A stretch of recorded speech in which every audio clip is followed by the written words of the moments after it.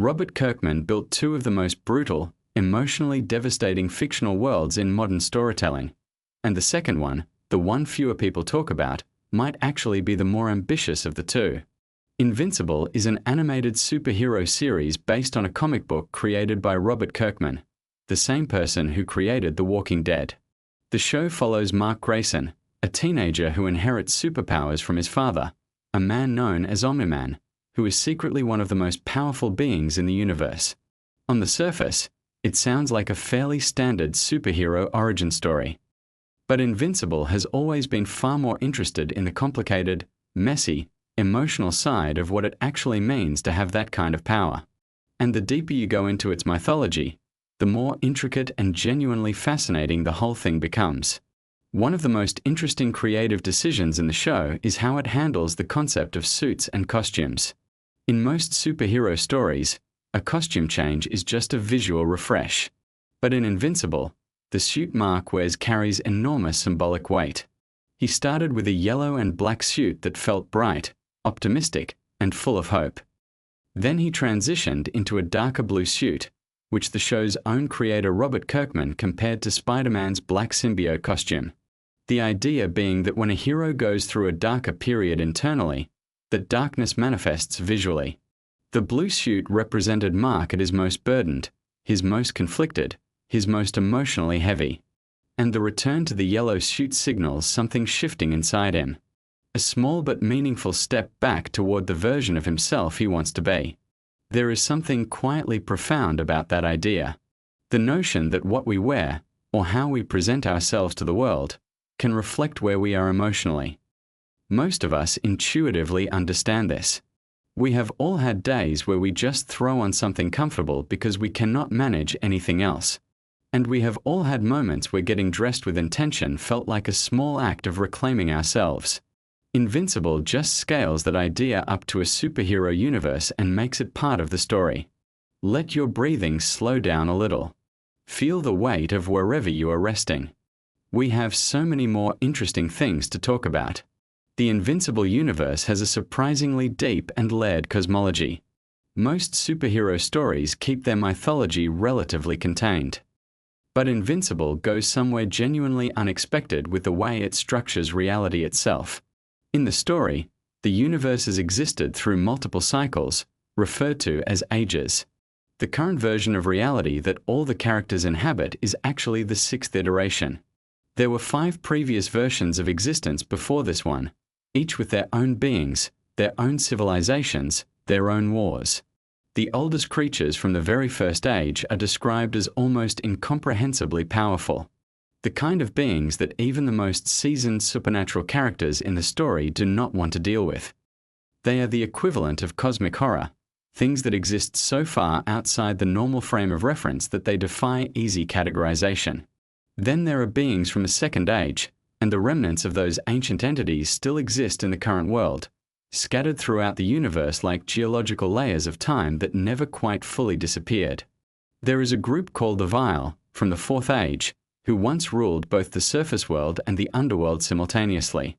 They were immortal, they were dominant, and the only reason humanity exists at all is because they were eventually fought down into submission by beings that came after them. Which leads to one of the more quietly remarkable ideas in Invincible's mythology. The demons, the infernal beings, the creatures that most stories would present as purely evil, are actually the ones who created the conditions under which human life became possible. They are, in a very strange and counterintuitive way, the reason the world exists as it does. That kind of moral inversion is something Invincible does constantly. It takes the things you expect to be straightforward and reveals that the reality is far more complicated. Good and bad are rarely where you think they are. Power does not equal virtue. And the history of any civilization, even a fictional one built across 6 ages of reality, is always messier and more ambiguous than the clean narrative versions we tell ourselves. Let that thought settle. 6 versions of reality, each one ending, each one giving way to something new. And here we are in the 6th, with all the echoes of everything that came before still present in the world, still affecting everything, even when nobody realizes it. The show also has a wonderfully unusual approach to its version of the underworld. Rather than treating hell as a separate dimension or a spiritual plane that exists outside the physical universe, Invincible locates it literally beneath the surface of the earth. Extremely deep, but geographically connected to the world above. This means that in theory, a being with enough power could simply fly downward through the planet and eventually arrive there. It would take an extraordinarily long time, and it would not be a comfortable journey, but the point is that it is physically possible. There is no mystical barrier, no dimensional gateway required. Just depth. There is something oddly grounding about that. Most mythology treats the afterlife as categorically separate from the physical world. Invincible makes it adjacent, almost neighborly. The underworld is not somewhere else. It is just very, very far down. And the beings who live there are not supernatural in the sense of being outside nature. They are part of the same natural order, just operating at a different level of it. This version of the underworld is called the Underrealm in the story, and it has its own politics, its own civil conflicts, its own history stretching back through those multiple ages of reality. The idea that even a place as extreme as hell has internal factions, competing interests, and long-standing grudges is somehow both funny and deeply logical. Of course it does. Why would any collection of powerful beings agree on everything? Why would any civilization, no matter how dark or unusual, be monolithic? Your shoulders can relax now. Feel any tension just releasing. We are just talking about interesting ideas. There is nothing you need to do with any of this. Just let it float through. One of the most compelling ongoing threads in Invincible is the relationship between Mark and his father. Omni-Man, whose real name is Nolan Grayson, arrived on Earth as part of a plan by an alien empire called the Viltrumites. The Viltrumites are a warrior race whose civilization is built around the idea that strength is the ultimate virtue. They have expanded their empire by sending powerful agents to various planets, having those agents blend into the local population, and eventually softening the planet up for conquest. Omni-Man was one of those agents. Mark was the result of him having a family while embedded on Earth. The central tragedy of the early part of the story is discovering that the person Mark looked up to more than anyone in the world had an agenda that ran completely contrary to everything Mark believed in. And yet, the show does not treat Omni-Man as simply a villain, because the truth is more complicated than that. Nolan actually did develop genuine love for his family. He genuinely does care about Mark in ways that conflict with everything his civilization trained him to value. He is a person caught between two irreconcilable versions of himself, and watching him slowly try to navigate that is one of the more emotionally honest things the show does. The Viltrumite War is one of the major arcs in the larger story. The Viltrumites, despite being this terrifyingly powerful empire, actually have a surprisingly small population. A plague wiped out the vast majority of their civilization at some point in the past. They need to repopulate. And this is part of why they have been seeding other planets. They need humans and other species to help rebuild their numbers, which adds yet another layer of complexity to their actions. They are not simply conquerors for the sake of conquest. They are a civilization in crisis, doing increasingly terrible things in service of survival. There is a real-world resonance to that. The way desperation can transform a society. The way the internal logic of a culture under pressure can justify things from the inside that look monstrous from the outside. Invincible is not trying to excuse the Viltrumites, but it is trying to make you understand them. And understanding is not the same as forgiving. Just breathe. Nice and slow. These are just ideas drifting past. You do not have to hold on to any of them. The animation style of Invincible is deliberately crafted to contrast tonal extremes. The show can look bright and clean and almost Saturday morning cartoonish in one moment, and then completely visceral and intense in the next. This was an intentional creative choice. The visual warmth of the animation style creates a kind of cognitive dissonance when things get dark, making the difficult moments feel even more jarring because they exist inside a world that looks like it should be safe. Robert Kirkman has talked about how this contrast was always part of what made the original comics work. The genre is superhero. The aesthetic is accessible, but the emotional and moral content goes places that most superhero stories do not. And by wrapping difficult ideas inside a familiar package, the story gets to do things that a more obviously grim presentation would not be able to do as effectively. You are comfortable. You are engaged. And then something happens that genuinely surprises you. The show also has a wonderful relationship with humor. Even in its darkest episodes, there is comedy woven through. Sometimes this comes from the characters themselves, their reactions and banter. Sometimes it comes from the show being meta about its own production. The animators have built in visual jokes about the economics of animation, moments where the camera cuts away from something that would have been expensive to animate, or where characters reference the difficulty of what they are being asked to do in ways that wink at the audience. There is something endearing about a show that is confident enough in its own identity to make jokes about its own limitations. It says something about the creative culture behind Invincible that even the constraints become part of the storytelling. When you cannot afford to show the giant battle, you make the act of not showing it funny. That is good writing. Let your mind wander a little. We are talking about a fictional universe, but all the best fictional universes feel like they open doors into real questions about how the world works. One of the recurring themes in Invincible is the question of moral absolutes. Mark starts the series with a fairly simple ethical framework. Heroes do not kill. There are always other options. Violence is a last resort, and even then something to be ashamed of. And then reality keeps pushing back against that framework.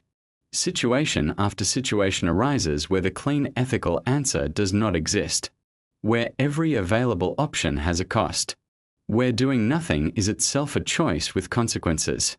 This is not a show that glorifies violence. Quite the opposite. Every act of violence in Invincible has weight.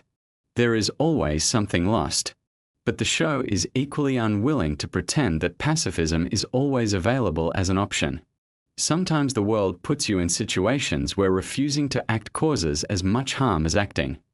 And learning to live with that complexity, to make difficult choices and keep going, is presented as part of what maturity actually looks like. Most superhero stories avoid this question by engineering situations where the hero always has a clean out.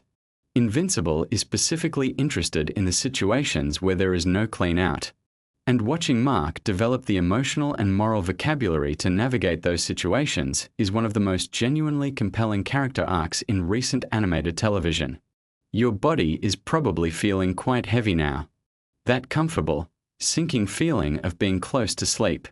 Stay with that. These ideas will still be here, drifting. The character of Damien Darkblood is one of the more interesting supporting players in the Invincible universe. He is a demon detective, and his entire existence is built around contradiction. He is a creature of the underworld who functions as an investigator of truth. He has a past that includes betrayal and redemption, and he serves as a kind of spiritual mirror for Mark in certain storylines, reflecting back the idea that complicated histories do not disqualify anyone from doing meaningful work in the present. The idea of a detective in hell is funny on its face, but it also opens up interesting questions. What does it mean to seek truth in a place defined by deception and punishment? What does justice look like in a context where every soul there presumably did something to end up there? The show does not answer these questions exhaustively, but it asks them, and the asking is valuable. There is a moment in the story where Damien gives Mark something that functions as the highest compliment he can offer. He tells Mark there is a detective inside him. What he means is that Mark has the capacity to look at a complicated situation, resist the easy answer, and keep searching for what is actually true. In the context of Mark's moral journey, that is a profound thing to be told. Especially by someone who has spent existence in a place built around things being what they appear to be rather than what they actually are. Let that image rest in your mind. A detective in hell, looking for truth in the most unlikely place. Sometimes that is what growing up feels like too. Trying to find something solid and real in situations that seem designed to obscure it. The world building in Invincible extends beyond the supernatural. The Viltrumite civilization has its own history, its own culture, its own internal logic. Their obsession with strength is not simply arrogance. It is the product of a species that survived by being the most powerful force anywhere they encountered. Their values formed around that survival pressure and calcified over millennia into something that looks from the outside like cruelty but feels from the inside like pragmatism. They believe weakness is genuinely dangerous, not just for individuals but for civilizations.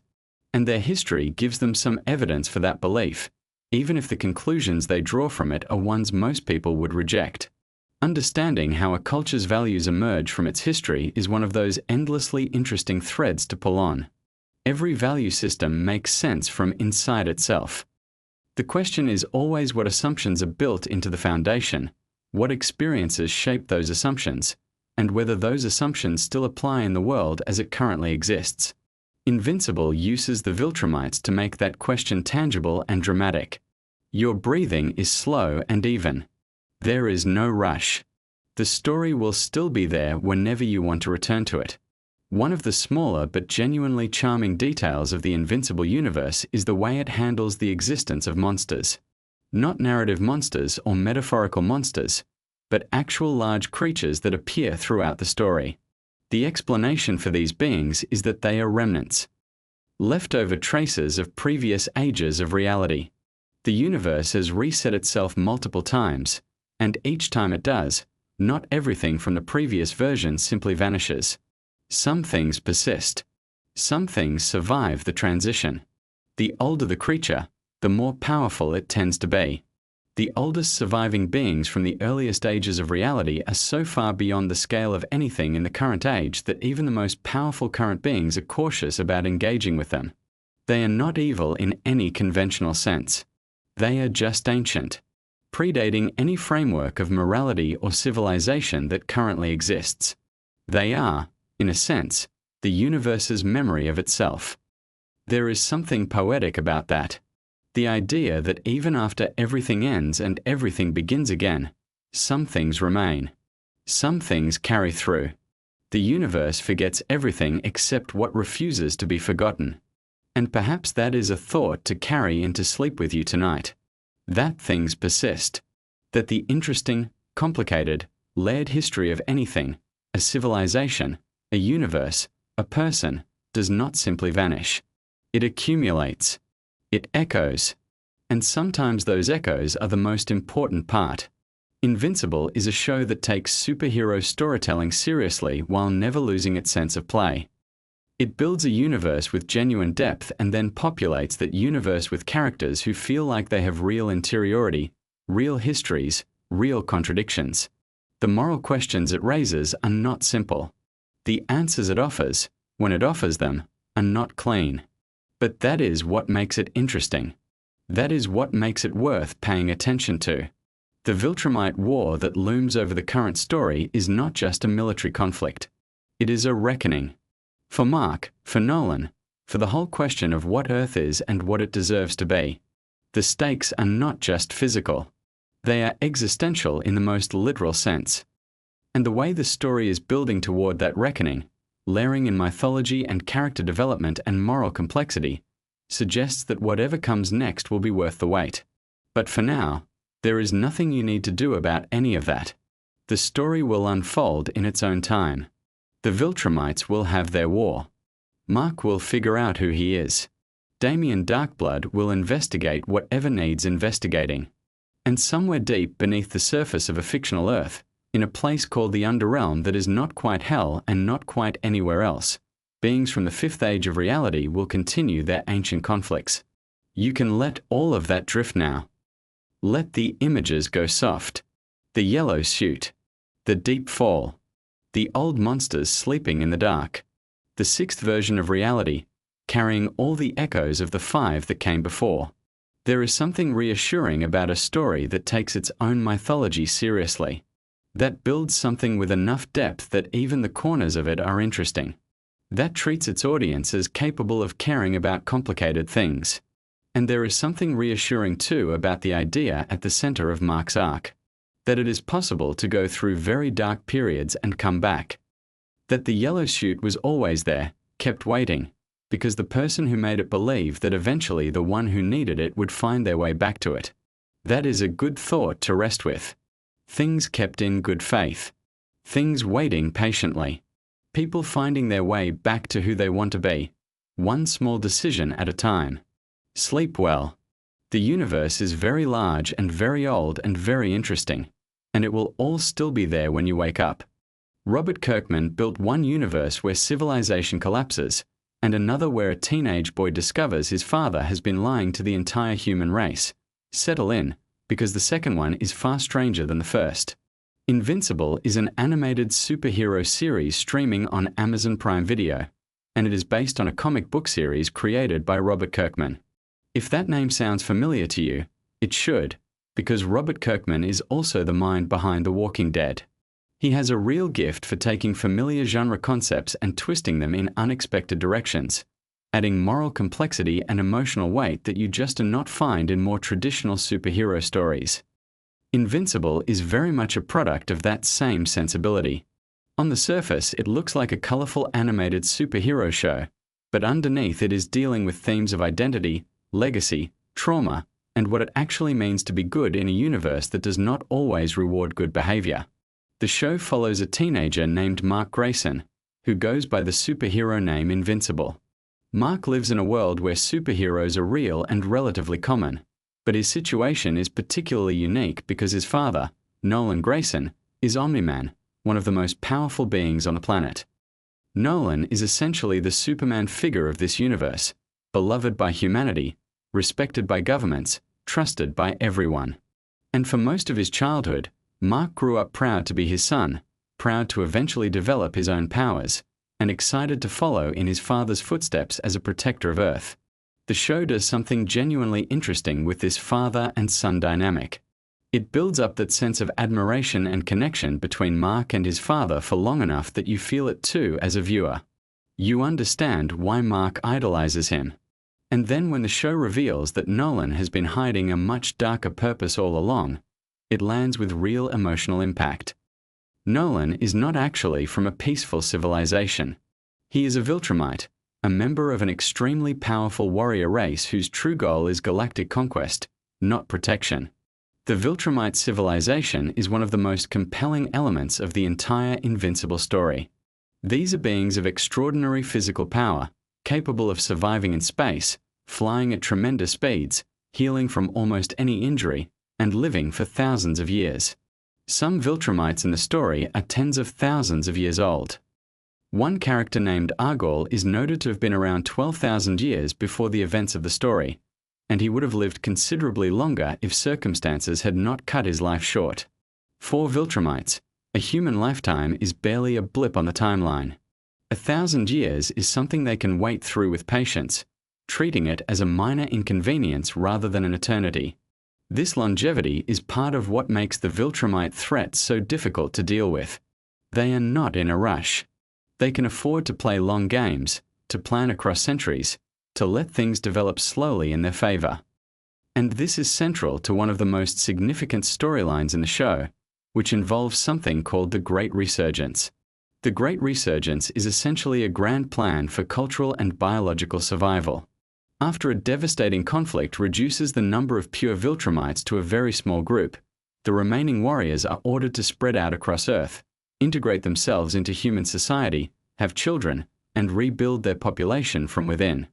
The idea is that Viltrumite genetics are so dominant that even half Viltrumite children will carry the strength, speed, and longevity of their Viltrumite parent.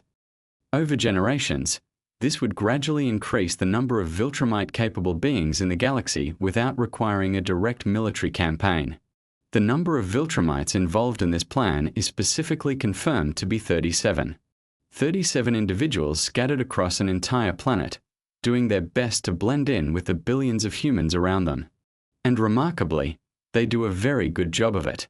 Even sophisticated surveillance systems fail to detect them initially.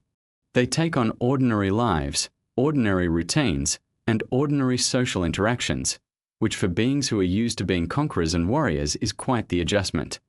One of the more quietly amusing aspects of this storyline is how differently each Viltrumite handles the task of assimilation.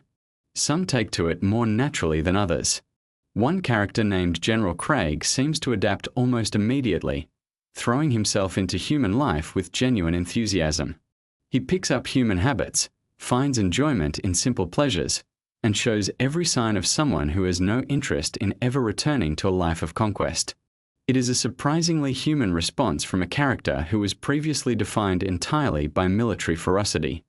Meanwhile, the character of Anissa faces her own version of this adjustment. Anissa is a Viltrumite warrior who in her natural state is someone you absolutely do not want to encounter on a bad day. The idea of her being instructed to be pleasant, sociable, and non-threatening to the humans around her is inherently loaded with tension. And the show uses that tension well, showing us just how much discipline it takes for someone like her to operate within these new expectations.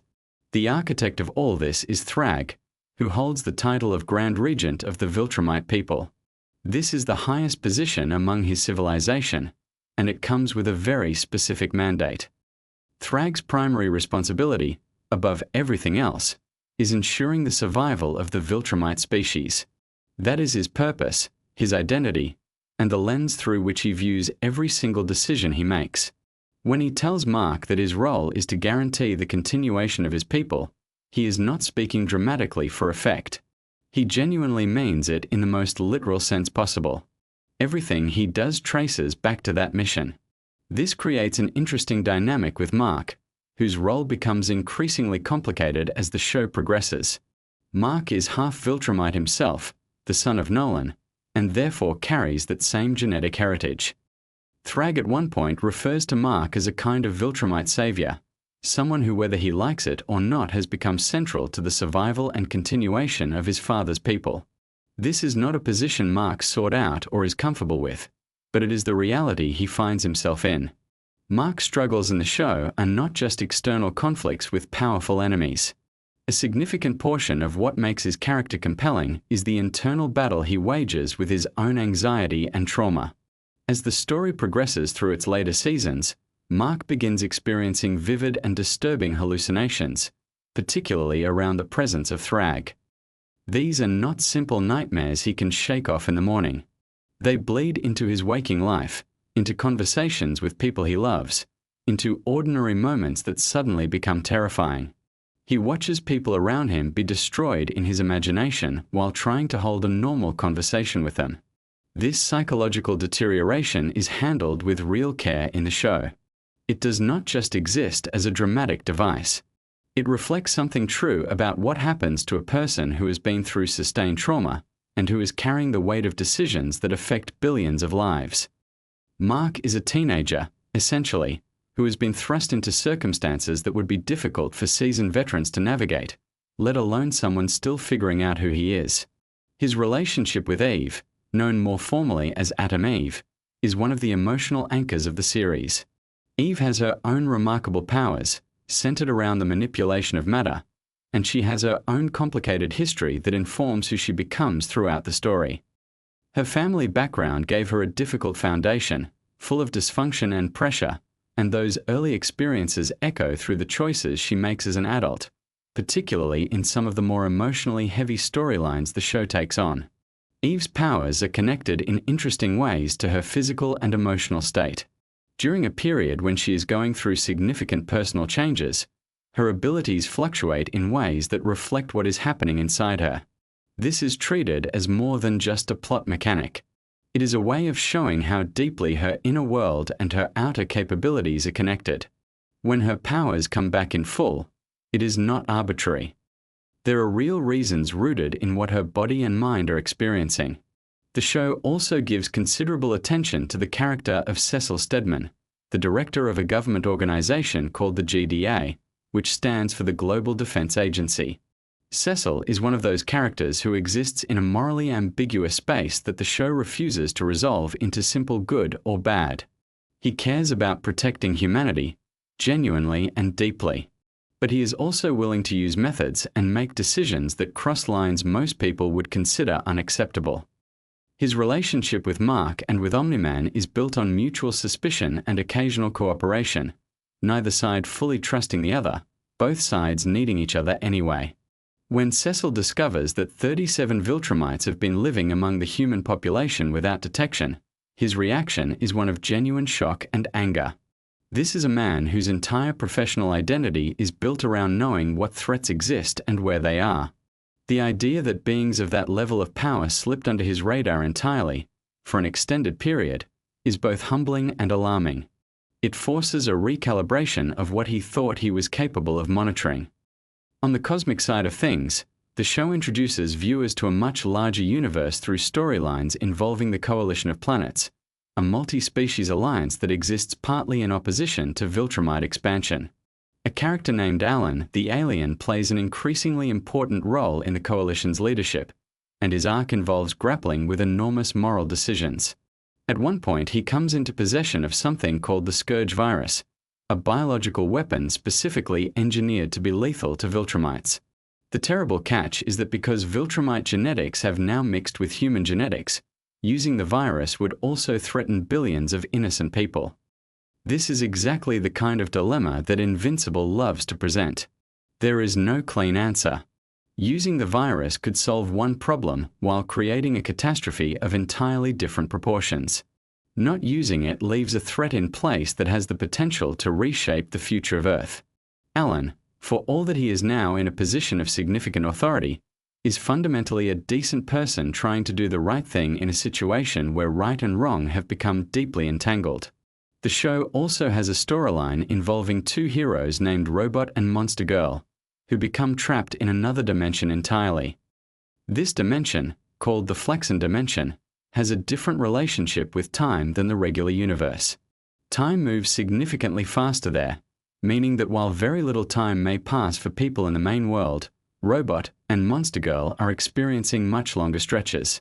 The adventures and experiences they accumulate there are extensive, and the process of eventually understanding and communicating what happened to them becomes its own narrative challenge. Efforts by the GDA to open a portal to the Flexen dimension in order to rescue them prove complicated and occasionally dangerous, as these kinds of interdimensional experiments tend to be. When a portal does open inadvertently to the wrong dimension and something very large and very alarming starts to come through, the decision is made to abandon the active rescue approach and trust that Robot and Monster Girl will find a way back on their own. Nolan Grayson, Mark's father, goes on his own journey of change throughout the series. His path from feared antagonist to something more nuanced is one of the show's longer arcs. He is not simply redeemed in a neat way. The process is slow, contested, and complicated by the fact that the harm he caused cannot be undone. Characters who were hurt by what he did do not simply forgive him because he has started behaving differently. Debbie, Mark's mother, in particular has to work through years of grief, anger, and betrayal before anything resembling reconciliation can even begin to be considered. The truce that eventually forms between Earth and the Viltrumites is not a comfortable peace. It is a negotiated standoff where both sides understand clearly what the other is capable of and neither wants the alternative. Mark agrees to allow the Great Resurgence to proceed, meaning the Viltrumites continue their project of integrating into human society and having children. In exchange, they do not destroy the planet. One of the specific conditions of this arrangement is that the Viltrumites will not intervene to help Earth if other threats arise, which, given how frequently threats arrive in this universe, is not a trivial concession. The show treats this truce with appropriate ambiguity. It is not presented as a victory in any triumphant sense. It is more like Mark looking at the available options and selecting the one that keeps the people he loves alive in the immediate future, while creating a set of complicated long-term consequences that he will have to live with.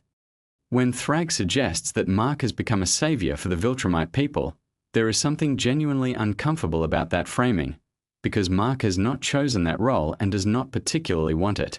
Throughout all of this, the show maintains its interest in the supporting cast and their own individual stories. William, Mark's closest friend, has moments that ground the narrative in something more ordinary and relatable. The contrast between the cosmic scale of what Mark is dealing with and the more personal human concerns of the people around him is something the show handles with skill. Not everyone in Mark's life can fully comprehend the scope of what he is navigating, and that gap creates its own kind of loneliness. The animation style of Invincible is deliberately constructed to lull you into a certain sense of familiarity before it disrupts that comfort. It is bright and detailed, with character designs that feel welcoming and expressive. And then when violence or darkness arrives, which it does in this show, it hits harder because of the contrast. The creative team has spoken about this as an intentional choice rooted in how the original comics worked. The artwork in the comics had a clean, almost cheerful quality that made the darker moments land with more force. Robert Kirkman completed the Invincible comic book series some years before the animated show caught up to those storylines, which means the destination of these characters is already written down somewhere. Readers of the comics know how things ultimately resolve for Mark, for Nolan, for Eve, and for the larger universe they inhabit. But the show adapts and adjusts as it goes, adding new sequences, altering pacing, and occasionally changing the specifics of how events unfold while maintaining the emotional core of what the comics established. The show has been renewed through its 5th season, with discussions about additional seasons likely happening behind the scenes at Amazon. Kirkman himself has expressed a desire to continue the story for as long as the show runs, and there is plenty of source material to draw from. Beyond the main comic series, the Invincible universe includes many spin-off characters and stories that could theoretically be adapted or referenced in the animated show. There is also a long-standing conversation about the possibility of a live-action Invincible film. Kirkman has discussed this at various public events with genuine enthusiasm, though the timeline for such a project remains uncertain. The challenges of bringing Viltrumites and their level of power to live action convincingly are considerable, and the legal and logistical complexity of adapting material of this scale means that patience is probably required for anyone hoping to see it happen. For now, the animated series continues to be one of the most discussed superhero stories currently in production, drawing in audiences who might not have previously read the comics and giving longtime fans a chance to see these characters rendered in motion with full voice performances. So there you have it. The world of Invincible is vast, complicated, morally rich, and endlessly interesting to think about. Whether you are a longtime fan of the comics, someone who discovered the show first, or just someone who wanted something interesting to drift off to tonight, hopefully these facts have given you something worth carrying into your dreams. The universe will keep spinning, the Viltrumites will keep assimilating, and Mark Grayson will keep trying to figure out how to be both a good superhero and a good person at the same time. Sleep well, and we will be here next time with more fascinating facts to help you rest. Robert Kirkman built a universe so detailed that even the corners of it have history, and tonight, those quiet corners are yours to drift through. So let's begin at the beginning. Or rather, before the beginning.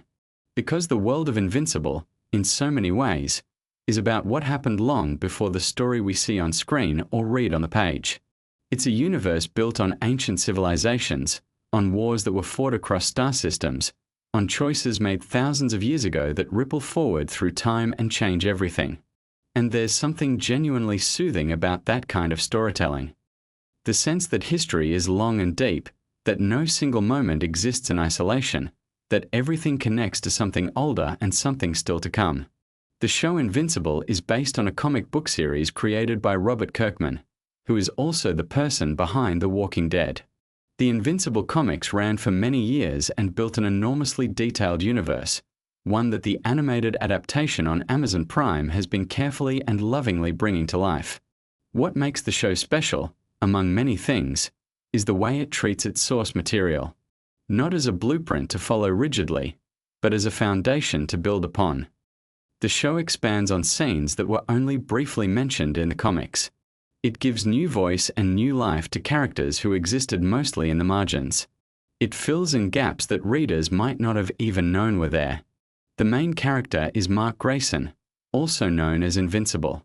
He's a teenager, the son of a man named Nolan Grayson, who most people know as the superhero Omni-Man. Omni-Man is one of the most powerful beings in the universe, a member of a species called the Viltrumites. And the show begins with Mark discovering that he has inherited his father's powers. Flight, incredible speed, strength that can shatter mountains. But the story is not really about those powers. Not at its core. It's about identity, and family, and the weight of expectation, and what it means to do the right thing when the right thing is genuinely difficult to determine. Let your breathing slow down a little. Feel the weight of your body settling into whatever surface you're resting on. Let the muscles in your shoulders release. There's nothing you need to do right now. Just listen. The Viltrumites are central to almost everything that happens in Invincible. They are an ancient race of beings who evolved on a distant planet. Over thousands of years, they developed incredible physical abilities. They became extraordinarily strong and fast, nearly invulnerable, capable of surviving in the vacuum of space, able to travel between star systems through sheer force of will and biology. And as they grew stronger, they also grew more aggressive. Their civilization became defined by conquest. They moved through the universe, taking worlds, absorbing populations, expanding an empire that stretched across vast stretches of space. At the heart of Viltrumite history is a figure called Argol. He was an emperor, the ruler of Viltrum during one of the most significant periods in their history. In the animated series, we get to see flashbacks to this ancient time, something the original comics did not always provide. These scenes show us the Viltrumites at their height, governing conquered worlds, overseeing alien populations, wrestling with questions of how to maintain control. Argol himself is depicted as powerful and commanding, someone accustomed to absolute authority. When subject races rebel against Viltrumite rule, which happens more and more often during this period, Argol's response is extreme and immediate. A percentage of the population is to be killed as a warning. If the rebellion continues, the entire race is eliminated. This is the logic of empire carried to its most brutal conclusion. Sitting in this flashback council is a younger version of Thetis, a Viltrumite who would eventually become one of the most important figures in the fight against Viltrumite expansion. Thetis tries to argue for a different approach. For mercy. For finding solutions that do not involve mass slaughter. And nobody wants to hear it. There is also a much younger version of General Craig, another familiar face from later in the story. And there is Thrag, who at this point in history serves as Argol's regent. That's an important distinction. Thrag is not in line to become emperor. His role as regent is to manage the day-to-day business of governing the empire while Argol rules, and to hold the throne if something happens before an heir can be located. The question of Argol's heirs is one of the more intriguing threads running through this part of the story, and it connects to revelations that are still unfolding. Let your eyes close fully if they haven't already. Picture the darkness of deep space. Not the terrifying emptiness of it, but the quiet, the stillness. Countless stars scattered across an infinite canvas, each one a sun to worlds you'll never see. There is something deeply peaceful about imagining the scale of it. How small our worries become against the backdrop of a universe this old and this vast. Thetis eventually kills Argol. He does it using a weapon made from Viltrumite bone, which is one of the few materials hard enough to pierce Viltrumite skin. This detail is fascinating in the grim way that a lot of Invincible lore is fascinating. The most effective weapon against a Viltrumite is another Viltrumite. The enemy of this species is, in a very literal sense, itself. Thetis believed that killing Argol would change the Viltrumites, that without their emperor driving them toward endless conquest, they might find a different way of being, a more peaceful path. He was wrong. Because Argol's death put Thrag in charge, and Thrag had a very different vision for the future of his people. Argol's casket is placed before the throne. His skull rests on top of it. Thrag sits on the throne and looks at it every day. He speaks to it. In the comics and the show both, this is one of those details that reveals so much about a character without requiring any explanation. Thrag is not simply a conqueror. He is someone for whom the past is always present. Someone who carries grief and obligation like they are the same thing. He declares that all weakness must be purged from the Viltrumite race. What follows is called the Great Purge, and it is exactly what it sounds like. Viltrumites fighting and killing each other in a brutal process of elimination. Only the strongest survive. Half the population is lost. But what remains is something almost impossibly powerful. A race refined to its absolute peak. And that is when they really begin their campaign to conquer the universe. One of the Viltrumites who survives is Conquest. There's a small scene where even after Thrag orders the purging to stop, Conquest does not want to stop. He would have kept going until he was the last one standing. You can almost see him calculating whether he could take Thrag himself. He decides he probably cannot, and stops. That small moment tells you everything about who Conquest is and why he is so dangerous. He is not motivated by ideology or loyalty. He simply wants to fight, wants to win, wants to keep going until there is nothing left to defeat. There is also a young Omni-Man in the crowd during these scenes. Nolan Grayson, Mark's father, present during the Great Purge, alive during this period of Viltrumite history. The show has been slowly filling in pieces of his backstory, helping viewers understand how someone becomes who Omni-Man is. He looks younger here, and one of the interesting things to notice is that Thrag, who is clearly ancient, does not appear to have aged the same way Omni-Man does later. Age affects Viltrumites strangely. As they get older, they slow their aging further. They become functionally immortal at a certain point. But the exact reasons why some of them age in particular ways is tied to genetics and battle history, and things the story is still slowly revealing. Let the weight of your eyelids settle. There's no rush. The story will still be here, moving gently forward, whether you're fully awake or half dreaming. Just let it carry you.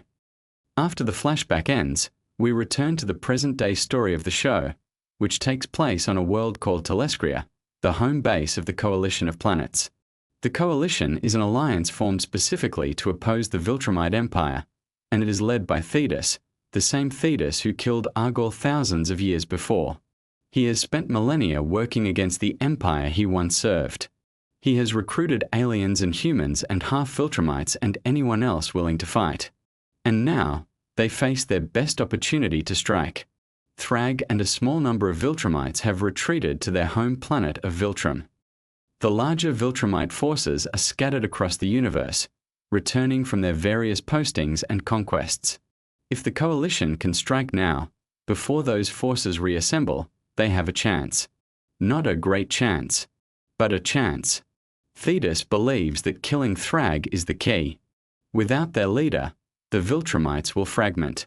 The unity that makes them so dangerous would collapse, and they could be dealt with one or two at a time. The mathematics of the plan are brutal but straightforward. Find the general, remove the general, watch the army fall into chaos. But Omni-Man has a complication with this plan. Thetis is not interested in making peace with any Viltrumites. His goal is extinction. Every single one of them. And that includes half-Viltrumites. Mark and Oliver, Nolan's sons, would both be on that list. So Omni-Man is being asked to fight alongside someone whose ultimate vision of victory involves the death of his own children. That tension runs through everything that follows. Viltrum itself is a haunting place. Surrounding the planet is a ring, not of ice or rock like Saturn, but of bodies. The preserved remains of the Viltrumites who died during the Great Purge, kept in orbit as a permanent monument. Omni-Man explains this to Oliver when they arrive. The ring exists as a reminder of weakness. Every time a Viltrumite left the planet or returned to it, they saw those bodies. A constant lesson. A constant shame. A civilization that had literally turned its own dead into propaganda. The fight at Viltrum is enormous. Multiple simultaneous battles happening across and inside the planet. Thrag at the center of all of it, effortlessly handling challenger after challenger. Omni-Man goes after him. Then Mark. Then Oliver. Battle Beast tries his luck. Space Racer fires his incredibly powerful Infinity Ray at close range. And Thrag is essentially unbothered by all of it. There is a moment where Mark, who recently killed a Viltrumite named Conquest, announces this fact during the battle.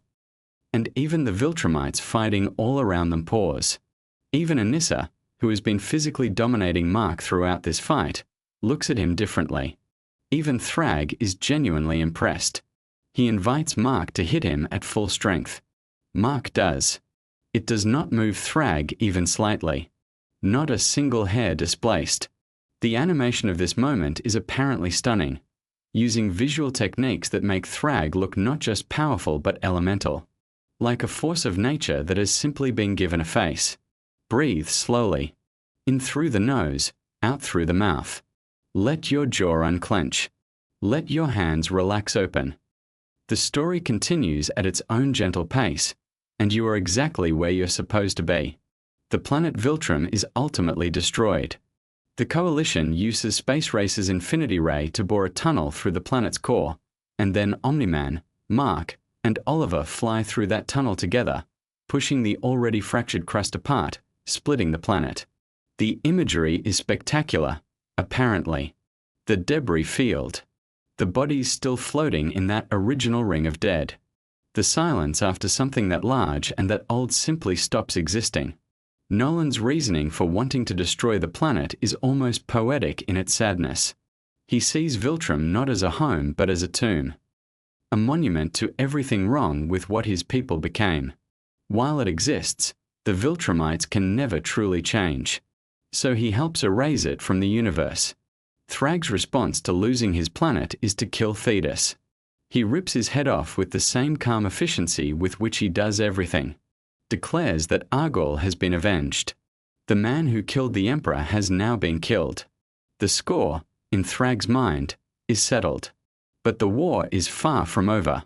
He then turns his attention to Omni-Man, nearly kills him, leaves him in a state of serious injury. Oliver gets his hand crushed and his jaw destroyed.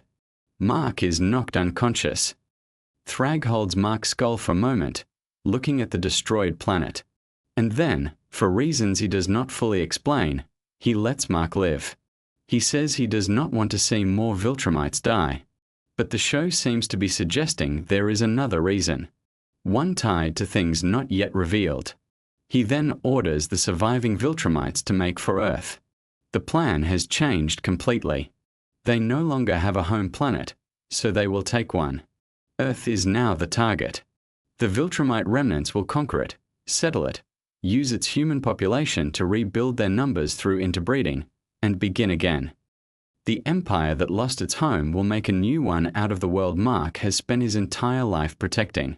There is a gap of several weeks in the story after this battle. Time for people to heal.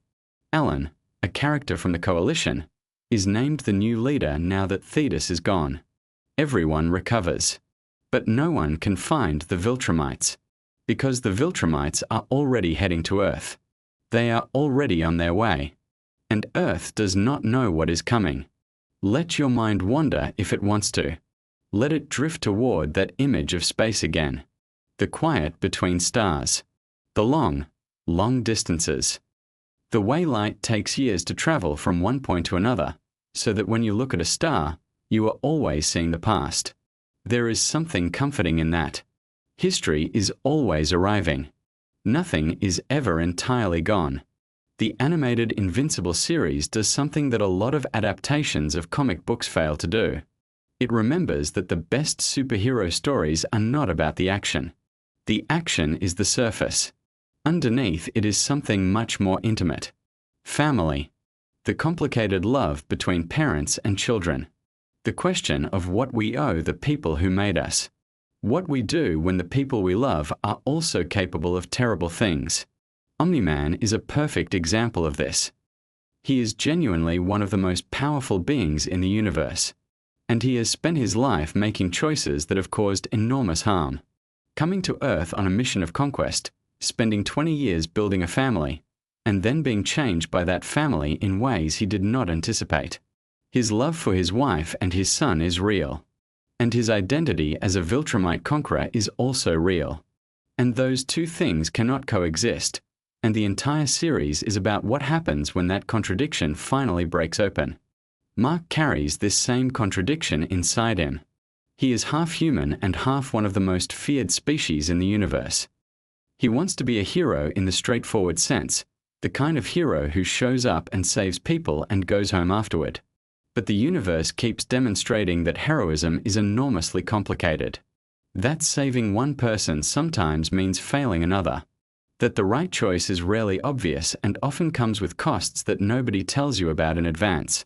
The show also has a genuinely unusual willingness to sit with difficult emotions, to let its characters be wrong, to let them be scared, to let them fail. There are episodes where Mark does not win, where the people around him are hurt and he cannot stop it, where the bad thing happens despite everything he does. And the show does not flinch from the consequences of those moments. They ripple forward. They change people. Let yourself sink a little deeper. The voice continues. The story keeps moving. But you do not need to hold any of it. Just let it float through, soft and unhurried. One of the interesting things the animated series does is give more screen time and depth to characters who existed mostly in the background of the comics. The Coalition of Planets, for example, is a much more fleshed out organization on the show. The various alien races, their politics, their histories, their reasons for opposing the Viltrumite Empire, all of this gets more room to breathe. Thetis in particular becomes a genuinely complex figure. He is someone who made an enormous sacrifice, killing his own emperor because he believed it was the right thing, and spent thousands of years working toward a goal, only to find that the methods he is willing to use to achieve that goal have made him something not entirely different from what he was fighting against.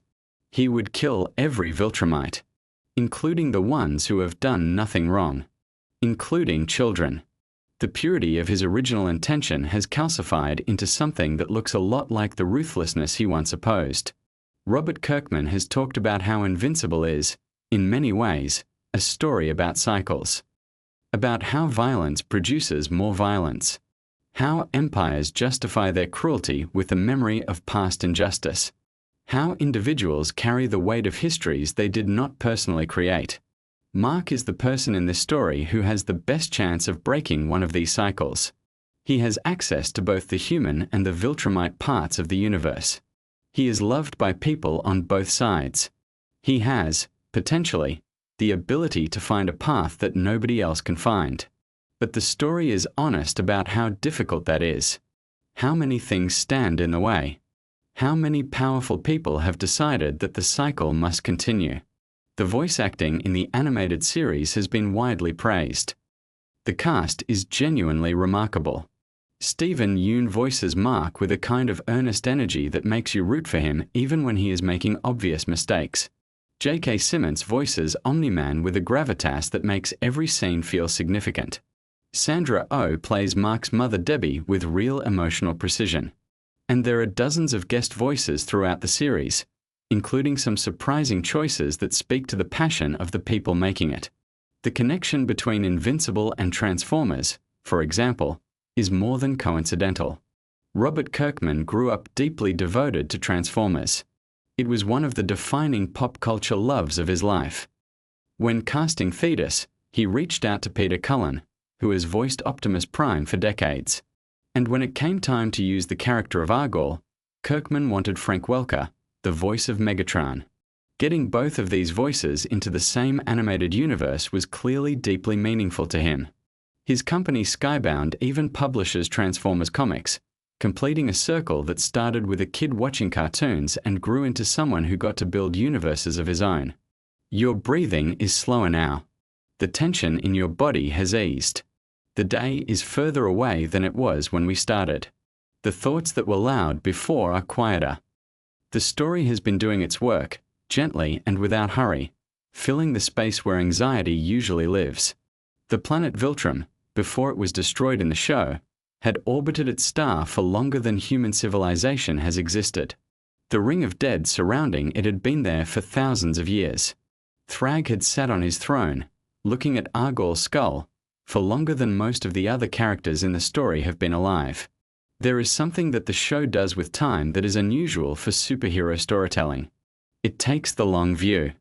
It reminds you that civilizations rise and collapse, that the strongest empires eventually face their reckoning, that the most powerful individual is still finite, still mortal in some sense, still subject to the slow pressure of history. After Viltrum is destroyed and the dust of that enormous battle settles, the story turns toward Earth. This has always been where the story was headed. Earth is where Mark grew up. Earth is where his mother lives. Earth is where everything that made him who he is was built. And now the most dangerous military force in the universe is heading there with nothing left to lose. No home planet. No emperor who values any life but Viltrumite lives. Just the cold logic of conquest, looking for a new world to call its own. The season finale of the 4th season is being set up as an epilogue of sorts, a quieter moment to process the enormous events of the battle at Viltrum before the next wave of chaos arrives. This is a storytelling pattern that works very well. Give the audience the explosive confrontation, and then give them space to breathe. Let the characters sit with what just happened. Let the weight of it settle. Let the audience wonder what comes next without rushing directly into the answer. And there is so much that comes next. The comics continue for a long time after this point in the story. There are secrets still unspoken. There are characters whose full histories have not yet been revealed. There are relationships that will change and break and reform. There are moments of genuine joy alongside the violence. Moments where the show remembers to be funny, to be warm, to celebrate the ordinary human pleasures of eating something good or talking to someone you love or just being alive on a planet that is, for this particular moment, not under attack. The world of Invincible is enormous and detailed and rich. It is a universe that rewards attention but also rewards simply being present with it. You do not have to understand everything. You do not have to track every reference or catch every Easter egg. You can simply let it exist around you, this vast fictional cosmos full of ancient wars and complicated love and the ongoing struggle to figure out what it means to be good when goodness is genuinely hard. So let the story continue in your mind, wherever it goes. Let Viltrum drift apart in the darkness. Let Mark rest while he heals. Let the stars keep their long, slow distances from each other. Let Thrag fly toward Earth through the cold of space, a figure of terrifying power and strange, complicated grief. Let Omni-Man lie somewhere healing, thinking about his sons. Let everything be exactly as complicated and as unresolved as it really is. Because the story is not finished. It will keep going. There is always more to discover. And you can discover all of it another time.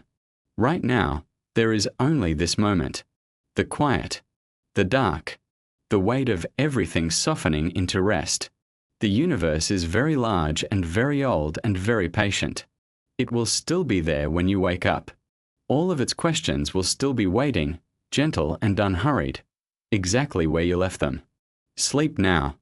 The story can wait. It has waited thousands of years already. A few more hours is nothing at all. Just let go. Let your thoughts become pictures and your pictures become nothing in particular. Let the voice become a hum. Let the hum become silence. And let the silence be enough. You are safe. You are still. The night is long and soft and exactly as it should be. Rest. The Viltrumite Empire conquered thousands of worlds before you were born, and tonight, while you rest, you're finally going to understand exactly how they did it. Invincible is an animated superhero series streaming on Amazon Prime Video. It is based on the comic book series created by Robert Kirkman, the same writer behind The Walking Dead.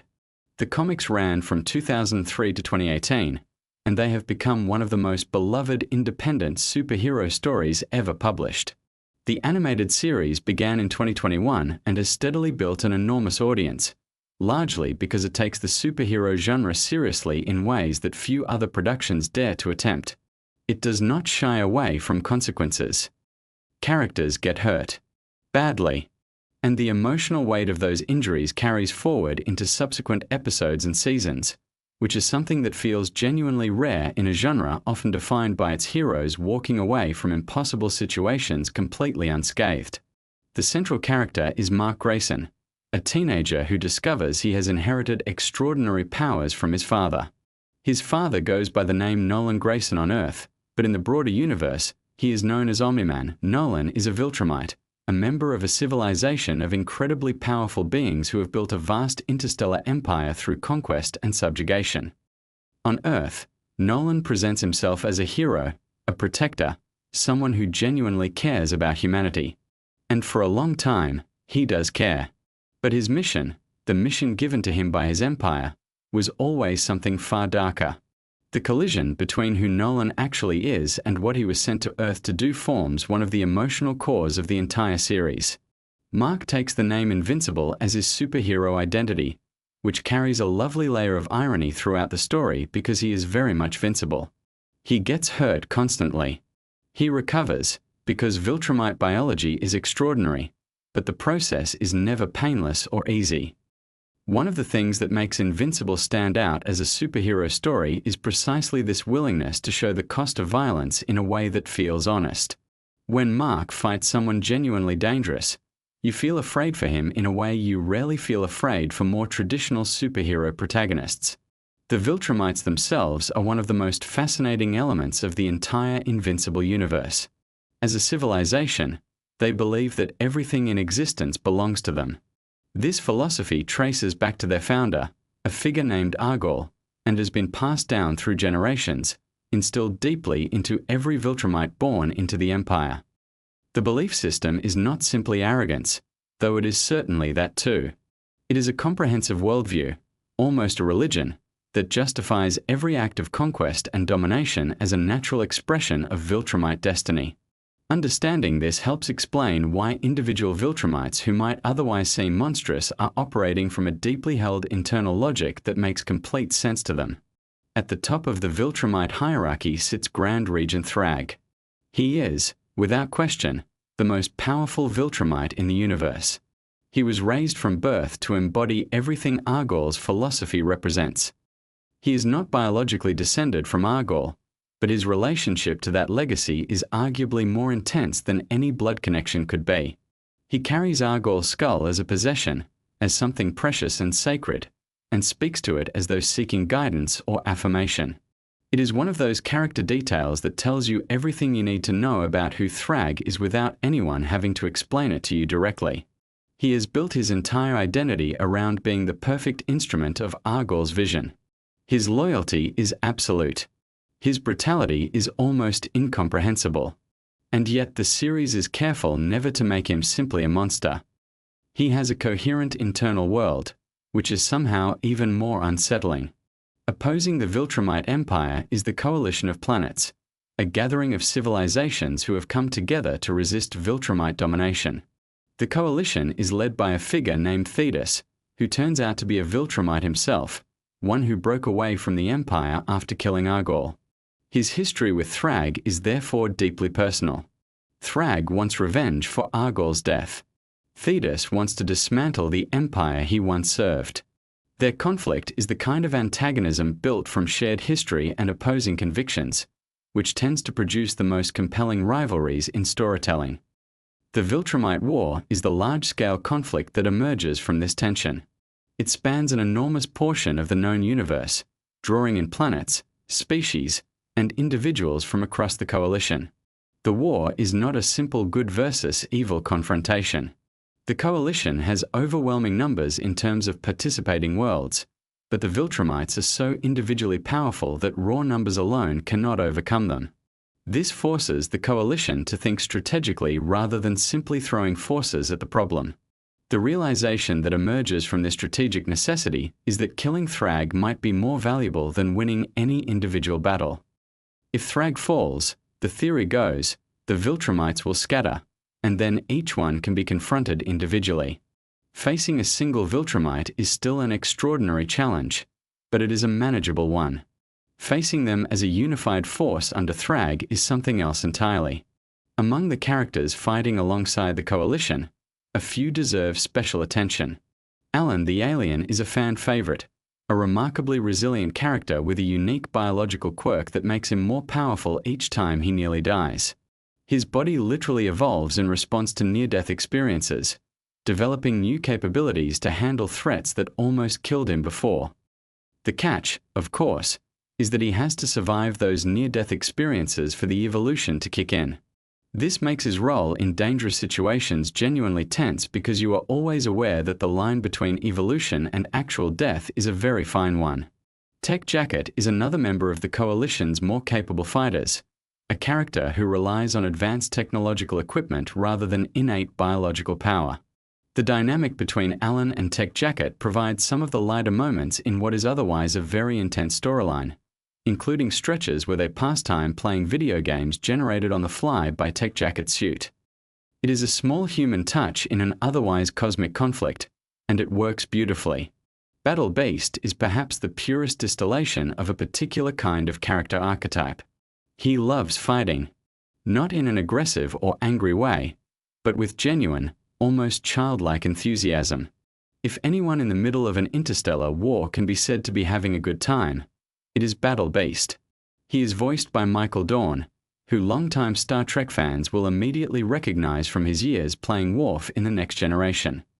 The casting choice is inspired because Dorn's distinctive voice brings exactly the right combination of weight and gravitas to a character who could easily come across as ridiculous but instead becomes genuinely compelling. Omni-Man's journey throughout the series is one of the most emotionally complex arcs in recent animated television. He began as a villain, or at least as someone executing a villainous mission, but the series has consistently refused to let that be the final word on who he is. His relationship with Earth, with Mark's mother Debbie, with Mark himself, has genuinely changed him. He is not simply a former villain performing redemption for narrative convenience. His change feels earned, rooted in years of genuine connection and love that could not ultimately coexist with what his empire wanted from him. When he fights alongside Mark rather than against him, it carries enormous emotional weight because of everything we know about the distance they had to travel to arrive at that point. His relationship with Oliver is another dimension of this. Oliver is Nolan's son from a relationship he had on a planet called Thraxa. Oliver is half Viltrumite, half Thraxan, and he is physically aging at an accelerated rate compared to humans, which creates its own complicated emotional reality.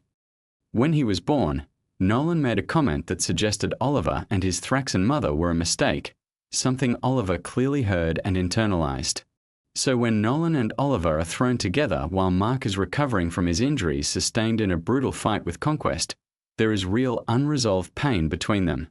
What unfolds over the weeks of Mark's recovery is a slow, careful process of two people working through resentment and hurt towards something that might eventually resemble a real relationship. The series handles this patiently and honestly. Conquest deserves a moment here. He is one of the most formidable opponents Mark faces. He is a Viltrumite of extreme intensity, someone whose dedication to the Empire borders on fanatical. He is not thoughtful or conflicted. He commits absolutely to what he believes. And yet even he, in retrospect, invites a certain amount of complicated consideration. Omni-Man insists on giving him a proper Viltrumite burial, which tells you something important. Even among enemies, Omni-Man can recognize and respect genuine conviction.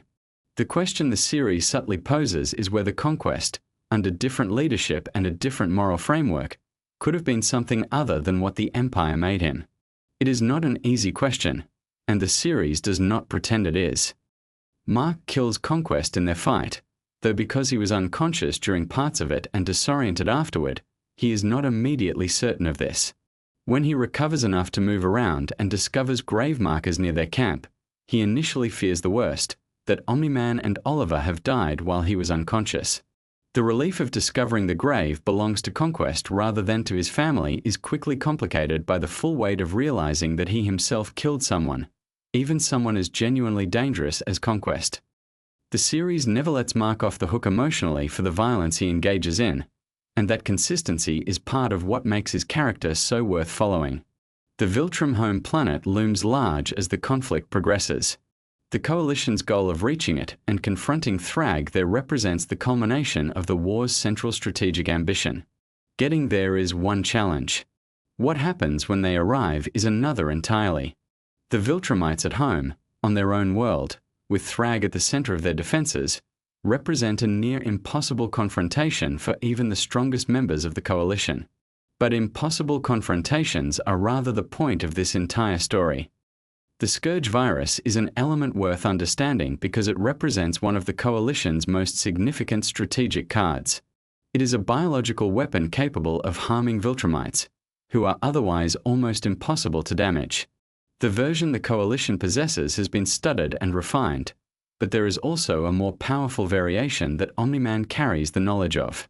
He considers that more powerful version a measure of last resort, something too dangerous and too consequential to deploy casually. The existence of this kind of weapon within a war story raises familiar and important questions about the ethics of extreme measures in desperate situations. The series does not ignore those questions. The Flaxen Dimension is where Robot and Monster Girl find themselves during this period, though the series has not spent a great deal of time on their storyline within the Viltrumite War arc. Time moves very differently in the Flaxen Dimension compared to the regular universe, which means that even if relatively little time passes on the outside, they experience something far more extended on the inside.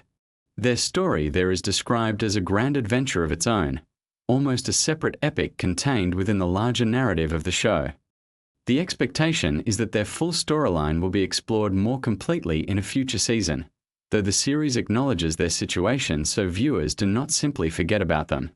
One of the more striking structural choices the series makes during the Viltrumite War is the use of extended time passing. Mark's recovery from his injuries takes approximately 2 months, and rather than skipping over that time, the series uses it. The world keeps moving during those weeks. The war progresses. Relationships develop. Oliver's rapid aging continues. Omni-Man processes his complicated history. The episode does not treat the healing period as a narrative inconvenience to be explained away, but as actual story time with actual emotional content. This approach requires patience from the audience, but it pays off in the depth it adds to the relationships we are watching develop. Thetis, as a character, occupies a position of immense moral complexity. He killed Argol, which set in motion the conditions for the Viltrumite War itself. He leads a coalition of worlds that are fighting for their survival against an empire of nearly unstoppable warriors. He is making constant calculated decisions about risk and strategy and sacrifice. And he is a Viltrumite doing all of this, which means he is fighting against his own species, his own civilization, his own origin. The series respects this complexity without resolving it too easily or too neatly. The animation in Invincible is deliberately crafted to match the tonal ambitions of the story it is telling. It is stylized but not whimsical. The action sequences are brutal when they need to be. The quieter character moments are drawn and paced in ways that allow the emotion to land. The color palette shifts depending on where the story is taking place, with the vast cosmic settings of the Viltrumite War having a different visual texture than the earthbound scenes or the intimate camp sequences where Omni-Man and Oliver learn to exist near each other. The voice cast of Invincible is extraordinary. Stephen Yeun voices Mark, bringing a quality of earnest vulnerability to a character who could easily become either insufferably heroic or tiresomely angsty. J.K. Simmons voices Omni-Man, and his performance is one of the great achievements of the series. He delivers warmth and menace in the same breath in a way that feels genuinely difficult and genuinely accomplished. Sandra Oh voices Debbie, Mark's mother, whose journey through the revelations about her husband and her world is its own quietly devastating narrative thread. What makes Invincible last, what makes it the kind of story people want to revisit and understand more deeply, is that it takes its characters seriously. It does not use them as vehicles for action set pieces or plot mechanics. Every confrontation, every moment of violence or loss or reconciliation, is rooted in who these people are and what they have been through. The Viltrumite War is enormous in scale, spanning multiple planets and months of in-universe time, but it never loses sight of the specific human, and Viltrumite, and alien experience at its center. Thrag's relationship with Argol's legacy, Mark's complicated inheritance of his father's power and guilt, Oliver's search for identity in an impossible situation, Alan's stubborn refusal to simply die, Thetis's long game of resistance against an empire he helped build. All of these individual threads are woven together into something that feels genuinely epic without ever losing its intimacy. The comics that the series is based on concluded in 2018, which means the full arc of where these characters end up already exists, waiting for readers willing to seek it out. The animated series is making its own choices about pacing and presentation, emphasizing different aspects of the story and adapting the source material with intelligence and care. But the bones of the story, the core emotional and philosophical questions it is asking, remain consistent across both forms. What does it mean to inherit a legacy you did not choose? What is the cost of violence, even violence in service of good? Can people who have done terrible things, whether through belief or obedience or simple power, become something different? Is reform possible at a civilizational scale, not just an individual one? These are not easy questions, and Invincible does not pretend they have easy answers. But it keeps asking them, episode after episode, with a consistency and sincerity that is genuinely admirable. The world of Invincible keeps expanding. New characters, new planets, new conflicts that layer themselves onto everything that has come before. But at its center, it remains the story of a young man trying to be good in a universe that is very complicated and frequently unkind. And his father, trying to become better than what he was made to be. And the vast community of beings across the universe, all doing the same kind of struggling, all trying to find a way forward. So as you drift closer to sleep, let these characters rest in your mind. Mark with his beard growing out over 2 months of slow healing. Oliver watching over him, resentment softening into something more tender. Omni-Man building a grave for a man he once fought alongside and against. Battle beast somewhere in the cosmos, completely thrilled about everything. Alan evolving, always barely surviving, always becoming something slightly more capable of facing what comes next. And Thrag, sitting high above the battle, speaking to a skull, certain of his destiny, unaware that certainty is rarely the protection people believe it to be. Sleep well. The universe of Invincible will still be there when you wake up. What if I told you that one of the most underrated things about a superhero show could actually help you fall asleep faster? Stay with me here, because I know that sounds completely bizarre, but by the end of this video, you are going to understand exactly why Invincible Season 3 might just be the most accidentally perfect sleep companion you never knew you needed. And yes, we are going to go deep on some genuinely fascinating facts about this show that most fans have completely overlooked. So grab your pillow, get comfortable, and let us dive into something a little different tonight. Invincible has been one of the most talked about animated shows on Amazon Prime Video for the past few years now, and Season 3 took everything up several notches. But here is the thing that most people miss when they are watching it in the middle of the day, stressed out, fully caffeinated and paying attention to every single brutal fight scene. The show has layers. Deep, slow-burning, emotionally complex layers that actually work really well as background audio or as a wind-down watch if you approach it the right way. And tonight, we are going to explore some of the most interesting facts, story details, and production elements from Season 3 that make it genuinely fascinating, whether you are wide awake or slowly drifting off into sleep. Let us start with something that a lot of people do not fully appreciate about Invincible as a whole, and that is just how methodically the world building has been constructed. Season 3 did not just happen. The creative team behind the show spent an enormous amount of time building towards specific payoffs that were seeded way back in Season 1. When you are watching Season 3 and things feel like they are finally clicking into place, that is not an accident. That is intentional, layered storytelling that rewards patience.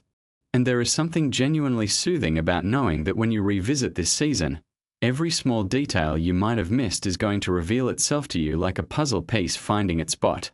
The voice cast in Season 3 continued to be one of the most impressive assemblies of talent in animated television. Stephen Yeun brings Mark Grayson to life with this quiet intensity that actually has a really calming quality to it during the slower scenes. His voice carries this kind of tired determination, and honestly, there is something very relatable about that energy, especially late at night. When Mark is processing the weight of being invincible, of carrying responsibilities that feel impossible, his conversations have this hushed, exhausted quality that does not demand your full alertness. It meets you where you are.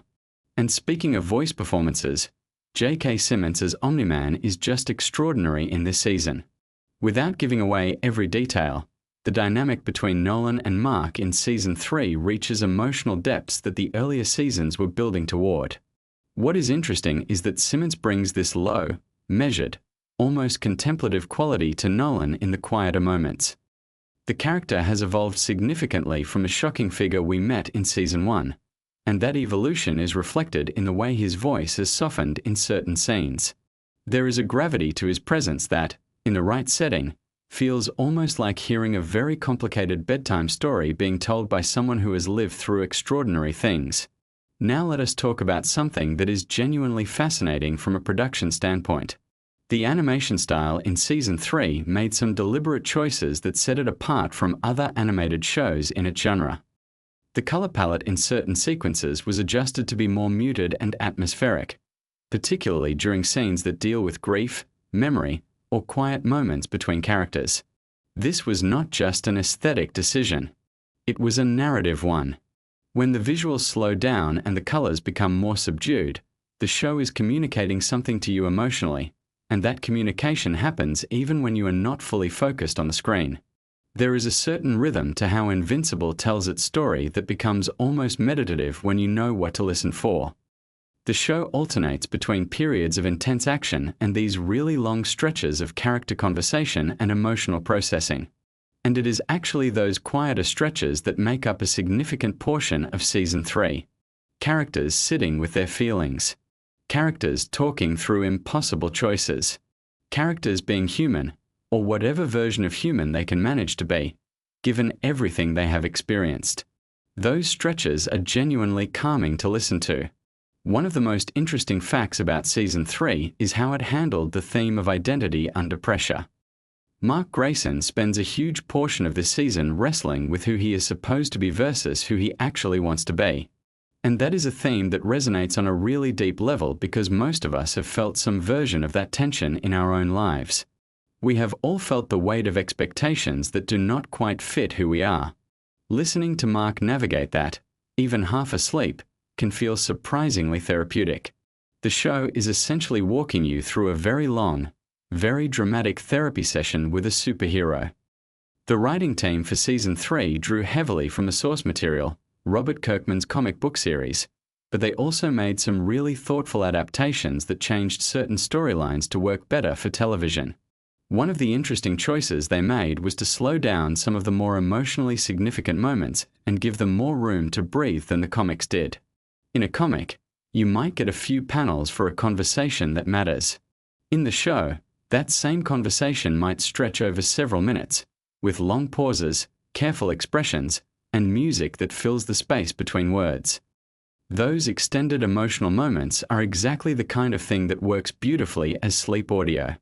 Let us talk about the music for a minute, because the score for Invincible Season 3 is genuinely underappreciated. The composers working on this show understand that a superhero story is only as powerful as its quieter moments, and the music they wrote for those moments is really something. There are pieces in the score that are built around slow string arrangements and gentle piano figures that would not feel out of place in a meditation playlist. The contrast between the intense action music and the softer, more reflective pieces is one of the things that gives the show its emotional texture, and it is also one of the reasons that certain episodes feel genuinely relaxing to revisit after you have seen them for the first time. The show does something really clever with its pacing that I want to highlight because it is relevant to why it works so well as a wind-down experience. Invincible Season 3 tends to open its episodes with something intense or confrontational, but then it spends the majority of the episode processing the aftermath of that intensity. So if you are using the show as a sleep companion, you might experience a little bit of adrenaline at the start of an episode and then gradually descend into a much calmer, more reflective space as the episode progresses. That is actually a pretty good structure for winding down. Your body gets a small signal that something is happening, and then it slowly relaxes as the episode settles into its emotional core. One of the facts about this season that not everyone picked up on is how much attention was paid to the small, domestic moments between characters. Mark and Amber, Mark and his mom Debbie, Mark and his friends. These relationship scenes are written with a specificity and warmth that feels very grounded compared to the cosmic scale of the action sequences. And when you are trying to fall asleep, those grounded, human moments are the ones that your brain can hold onto without getting overstimulated. They are familiar. They feel like something you might actually experience. And that familiarity is comforting. Debbie Grayson, voiced by Sandra Oh in a performance that honestly deserves more conversation than it gets, has a significant storyline in Season 3 that deals with grief and rebuilding. Sandra Oh has this extraordinary ability to convey enormous emotional weight with very little, and there are moments in this season where you could close your eyes and just listen to her voice working through something complicated and feel genuinely moved. That kind of performance does not require your full visual attention. It communicates completely through sound, which makes it perfect for the kind of half-awake, drifting state that comes just before sleep. Now, something that is really interesting about the world of Invincible that Season 3 expanded on significantly is the concept of the Global Defense Agency and the various organizations trying to manage superhero activity on Earth. These scenes, which deal with bureaucracy, strategy, and long-term planning, are honestly some of the most gently stimulating content in the show. They are interesting enough to give your brain something to process, but not so intense that they keep you fully alert. Cecil Stedman, voiced by Walton Goggins with this wonderfully dry and measured delivery, is particularly good in these scenes. His voice has an almost hypnotic quality in the right context. Let us talk about something that goes a little deeper into why narrative content works so well for sleep. There is actual science behind the idea that story listening can help you fall asleep. When your brain is engaged with a narrative, it has something to focus on that is not your anxiety, not your to-do list, not the thoughts that tend to spiral when you are lying in the dark. The narrative gives your mind a gentle track to follow, and as you get more tired, your grip on that track loosens naturally, and you drift off. Invincible works particularly well for this because the story is complex enough to be interesting but familiar enough, once you have watched it, that nothing is going to genuinely surprise or alarm you. And that brings up another really interesting point about Season 3 specifically. If you are using it as sleep content, there is a real advantage to having already watched it once. Because then you know where the intense moments are, you know the emotional beats, and you can relax into the story rather than feeling any tension about what might happen next. The familiarity acts like a comfort blanket. You are not watching to find out what happens. You are watching to spend time in a world you already know. The character of Adam Eve had some really beautiful moments in Season 3 that are worth highlighting, both because they are genuinely great storytelling and because they have this quality of calm introspection that serves the sleep-watching experience well. Adam Eve has always been one of the most thoughtfully written characters in the show, and the writers in Season 3 continued to give her storylines that deal with purpose, self-worth, and what it means to use your gifts responsibly. These are big themes handled with a quiet seriousness that does not demand heightened attention. You can absorb them passively and still feel like you got something meaningful out of them. One thing that surprised a lot of viewers about Season 3 was how much humor it managed to incorporate without undermining its more serious emotional content. The show has always had this darkly comedic streak running through it, but Season 3 found a slightly gentler version of that humor in certain scenes. There are moments that are just genuinely warm and funny, moments between friends or family that feel light and easy and remind you that even in a show about existential threats and impossible violence, there is room for people to just be people. Those moments of levity are really important for the sleep-watching experience because they release tension without creating more of it. The relationship between Mark and his brother Oliver is something that Season 3 developed in really interesting ways. Oliver, who is half alien and aging at a different rate than a normal human, is at an interesting stage in his development during the season. Watching an older sibling figure out how to guide a younger one through a complicated world is one of those universal human experiences, even when both siblings can fly and one of them is aging at an accelerated rate. That dynamic, played out in quiet conversations and shared moments, has a tenderness to it that is genuinely calming. Another production fact that not enough people talk about is the level of detail that goes into the background design of Invincible. The world that the animators have created is incredibly rich, full of little details that reward close attention but also create a sense of fullness and depth that registers even when you are not actively looking for them. This matters for the sleep experience because a richly detailed world feels safe and complete in a way that a sparse or incomplete one does not. Your subconscious picks up on those signals even when you are not consciously processing them. Let us spend a moment on the cosmic elements of Season 3, because this is where the show does something genuinely interesting from a sleep science perspective. The sequences that deal with the larger universe, with alien civilizations, space travel, and the vast scale of cosmic conflict, have this interesting quality of making human concerns feel very small. And there is actually something quite relaxing about that perspective shift. When the show pulls back to the scale of galaxies and civilizations, your own worries start to feel proportionally tiny. It is a kind of accidental mindfulness, this reminder that the universe is enormous and most of our daily stresses are infinitesimally small by comparison. The Viltrumite mythology that Season 3 explored in greater depth is also fascinating from a pure storytelling perspective. Learning more about the culture, the history, and the internal conflicts of the Viltrumite race adds this epic, almost mythological quality to the show that is really engaging without being stressful. It is the kind of lore that you can sink into, like the appendices of a fantasy novel, and just let your mind wander through it without needing to hold on to every detail.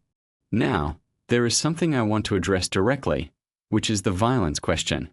Invincible is known for being quite graphic in its depictions of violence, and that is definitely something to be aware of if you are planning to use any version of this show as sleep content. Season 3 does have some intense action sequences. However, and this is really important, those sequences are actually not as frequent as the show's reputation might suggest. The show earns its brutal moments precisely because they are surrounded by long stretches of much quieter content. And if you know the episode structure, you can generally anticipate when those moments are coming and adjust accordingly. The fact that the show takes consequences seriously is actually one of the things that makes its quieter moments so effective. When characters are dealing with the aftermath of something terrible, when they are sitting with grief or confusion or guilt, those scenes have real weight because the show has done the work of making the events that cause those feelings feel genuinely significant. That emotional seriousness translates into a kind of gravitas in the dialogue that is really conducive to a calm, reflective headspace. Let us talk about some of the thematic content in Season 3 that is particularly relevant to a sleep and rest context. The season deals significantly with exhaustion. Not just physical exhaustion, though there is plenty of it given that Mark is constantly fighting, but emotional and existential exhaustion. The weight of carrying the world on your shoulders. The toll of constantly being needed. The difficulty of finding rest when there is always something else to handle. These themes are ones that a lot of people watching late at night can connect with deeply, because that is exactly how modern life feels for a lot of us. And there is something validating about watching a character as powerful as Mark Grayson struggle with the same fundamental human need to just stop for a moment. The show also deals with the theme of trust in really interesting ways during Season 3. Characters are constantly navigating who they can rely on, who has betrayed them, and how to rebuild relationships after significant damage has been done. These trust narratives unfold slowly and carefully, in long conversations and quiet moments of decision-making, and they have this patient quality that rewards passive listening. You do not need to be fully alert to follow the emotional logic of these scenes. It is intuitive and human in a way that bypasses the need for active cognitive engagement. One of the most genuinely interesting facts about the production of Season 3 is how the creative team approached the challenge of escalating stakes without losing the emotional intimacy that made the earlier seasons so compelling. A lot of shows struggle with this as they progress. The bigger the threats get, the harder it is to make the audience care about the individual characters at the center of the story. Invincible Season 3 managed to avoid this trap by consistently returning to the small, personal scale even in the middle of enormous cosmic conflict. That grounding in the personal is exactly what gives the show its warmth, and warmth is one of the most important qualities in any content you are using to help yourself sleep. Something that the animation team did really beautifully in Season 3 was their handling of light. The lighting in this show is more sophisticated than most animated series, and the choices they made about how to light different types of scenes are worth noting. Scenes that take place at night, indoors, or in reflective, emotional contexts tend to be lit with warm, amber tones that are genuinely visually comfortable to look at. If you are watching in a darkened room while trying to wind down, those lighting choices work with your body's natural relaxation response rather than against it. The show also did something interesting with silence in Season 3. There are moments where the score drops out completely and you are left with just ambient sound and voices. In a genre that often fills every moment with music, That choice to let silence do some of the work is both artistically confident and genuinely calming for the listener. Those quiet moments land differently when there is real silence around them. From a character psychology perspective, one of the most interesting threads in Season 3 is the continued exploration of how early trauma shapes behavior in ways that persist long after the traumatic event. Multiple characters in this season are dealing with things that happened to them years ago, things that have never quite healed, that keep affecting their decisions and relationships. The show treats these psychological realities with a seriousness and nuance that is fairly rare in superhero storytelling. And that depth makes the character work feel genuinely meaningful rather than just plot mechanics. Cecil Stedman's role in Season 3 expanded in ways that were genuinely surprising and which revealed new dimensions of his character that had been hinted at but never fully explored. Without getting into specific spoilers, the show gave Cecil some moments of genuine vulnerability that made him considerably more sympathetic than he had been in previous seasons. Watching a character you thought you had figured out reveal unexpected depth is one of the small pleasures of long-form storytelling, and experiencing it in a relaxed, sleepy state can actually make it hit harder emotionally. Let us also appreciate for a moment how Season 3 handled its ensemble cast. One of the challenges of a show with as many characters as Invincible is making sure that secondary characters feel like real people rather than just plot devices. Season 3 did a particularly good job of giving characters who might have been background figures in earlier seasons their own specific voices and emotional realities. The world feels populated with actual people, which is one of the things that makes it so easy to sink into. The relationship between Mark and his father Nolan continued to be one of the most emotionally complex and carefully written relationships in the show. What is interesting about how this relationship is developed in Season 3 is the way it mirrors a kind of universal process of coming to understand a parent as a flawed and complicated human being rather than the simplified figure they were in childhood. That process, of reconciling love with disappointment, of holding complexity without resolving it neatly, is something that has enormous emotional resonance. And in the quiet moments where that reconciliation is happening between the characters, there is a depth of feeling that works its way into you even when you are half asleep. Now I want to circle back to something I mentioned earlier about the science of story listening for sleep, because I think it deserves a bit more attention. Research into bedtime story listening and audio-based relaxation has consistently found that narrative content, particularly familiar narrative content with a calm and measured pace, is effective at reducing anxiety and promoting the kind of mental quieting that precedes sleep. The reason is partly to do with the brain's response to story structure. When your brain is following a narrative, it is engaged in a way that is active but not alarming. It is processing information, making predictions, feeling things, but none of it requires the fight or flight response that keeps you awake. Invincible Season 3 hits a lot of the markers for effective sleep narrative content in its quieter stretches. Familiar characters whose voices you recognize. Emotional stakes that are real but not personally threatening. A world that is fully realized and therefore safe to inhabit mentally. Music that complements rather than overwhelms. Pacing that slows and deepens as episodes progress. These are not accidents of storytelling. They are the results of craft, and they happen to align beautifully with what the brain needs to move towards sleep. One last production detail that I want to share because I find it genuinely wonderful is the fact that the voice recording sessions for Invincible are apparently done with a real attention to the emotional texture of each scene rather than just technical delivery. The performances you hear are not just competent voice acting. They are genuine emotional performances that happen to be animated. And that comes through in the quality of the sound. You can hear it in the breathing, in the pauses, in the way a voice shifts when a character is holding something back. That level of authenticity in vocal performance is part of what makes the show so good to listen to even without watching. As we wind down this video, I want to leave you with a thought about why something like Invincible Season 3 works as a sleep companion when you would not necessarily expect it to. The answer, I think, is that really good storytelling has always been tied to rest. Humans told each other stories at night, around fires, before sleep, as a way of processing the day, making meaning, and easing the transition into the vulnerability of unconsciousness. The stories did not have to be gentle or simple. They had to be good. They had to hold attention just enough, move the emotions enough, and then release you into the darkness. Invincible Season 3, particularly in its quieter and more reflective stretches, does exactly that. It gives your mind something worth following. It takes your feelings somewhere real. And then, gradually, as the episode settles into its slower rhythms and the characters sit with their complicated feelings in animated rooms lit with warm amber light, it lets you go. It does not demand that you stay.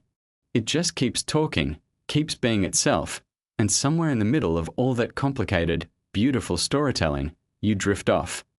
And honestly, there are worse things to drift off to than a story about someone trying to figure out who they are, what they owe the world, and whether it is possible to be good in circumstances that make goodness extraordinarily difficult.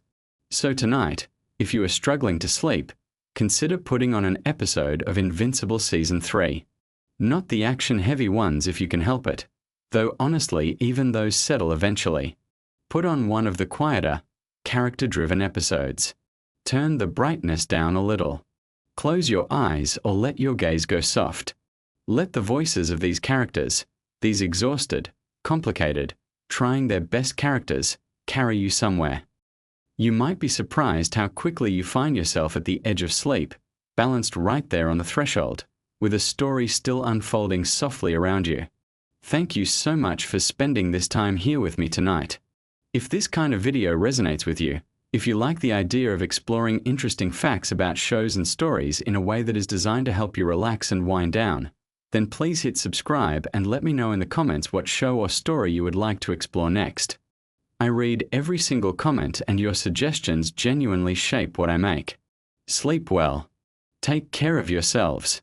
And remember that rest is not a luxury. It is the foundation of everything else. Good night. 50 beings. Each one thousands of years old. Each one strong enough to crack a planet. And one of them spent 20 years pretending to be your friendly neighborhood superhero. Let that settle over you as you close your eyes tonight. Invincible is an animated superhero series based on the comic books created by Robert Kirkman, the same person who brought us The Walking Dead.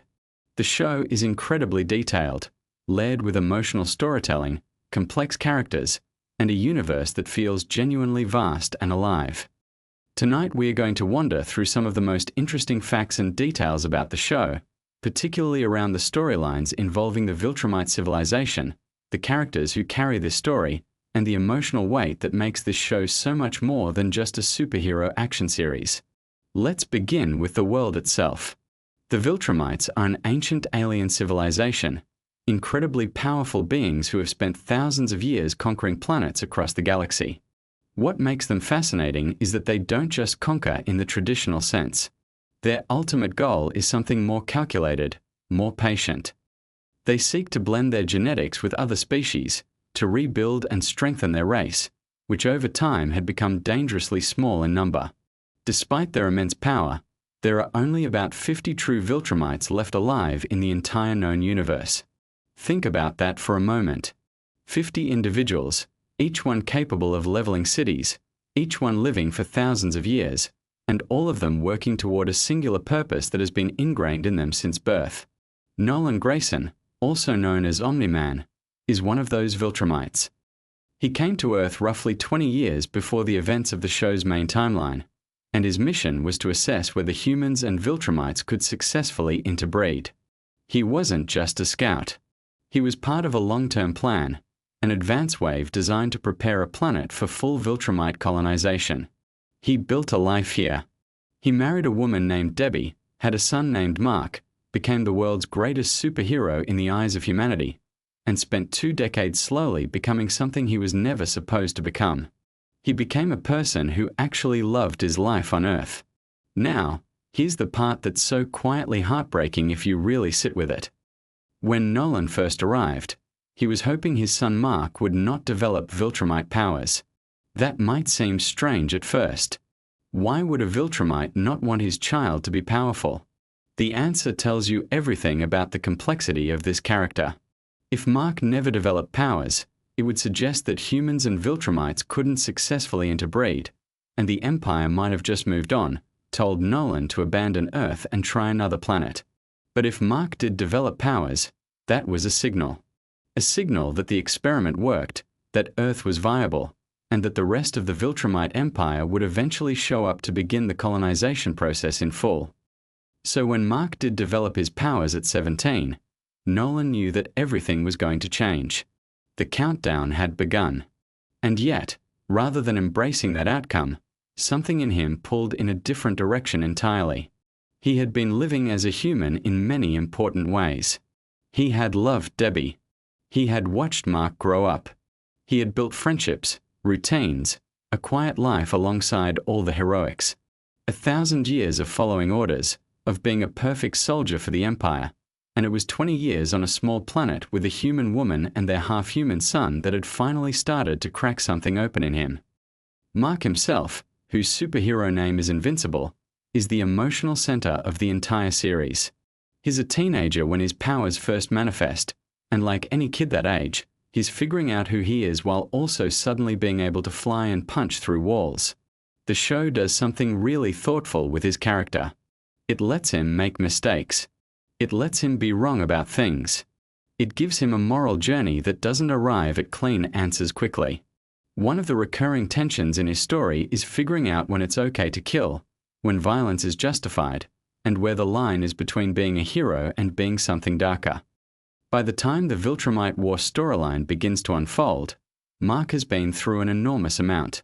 He's faced enemies that nearly killed him, lost people he cared about, and had to reconcile the fact that his father, the man he idolized, was not the hero he thought he was. The emotional fallout from learning the truth about Omni-Man reshapes Mark's entire worldview, and it takes seasons for that wound to even begin to close. Let's talk about Debbie for a moment, because she is genuinely one of the most important characters in the show, arguably more so than even the comics gave her credit for. In the source material she appears throughout, but the animated series really digs into who she is as a person. She's not just a supporting character in her husband and son story. She's a fully realized human being dealing with a betrayal that most people couldn't even begin to comprehend. Imagine finding out that the person you loved for over 2 decades, the father of your child, was not who you thought he was at all. That everything you built together had a shadow underneath it the whole time. And yet, there's something remarkable about Debbie. She keeps going. She rebuilds herself. She finds new relationships, new purpose. And according to the lore of the show, she is quietly one of the most important figures in the entire Invincible universe. Why? Because of how she raised Mark. There are alternate universe versions of Mark Grayson scattered throughout the multiverse, and in almost every single one of them, that version of Mark ended up becoming something terrible. Conquering worlds, following in his father's Viltrumite footsteps. The one version who turned out good, the version we follow, is the one raised by this particular Debbie in this particular universe. She made him who he is. That's not a small detail. That's everything. Now let's drift a little deeper into the supporting cast, because Invincible has one of the richest ensemble casts in any animated series. Alan the alien is a wonderful character, an alien from a species called the Unopans who was originally bred as a champion fighter. He becomes one of Mark's closest friends and a key member of the Coalition of Planets, a group dedicated to resisting Viltrumite domination across the galaxy. Alan is funny, warm, surprisingly wise, and his friendship with Mark feels genuinely earned over time. He also has a pet that is described as cat-like, which is exactly the kind of small, humanizing detail this show sprinkles throughout to remind you that even in the middle of galactic war, characters have ordinary moments of joy.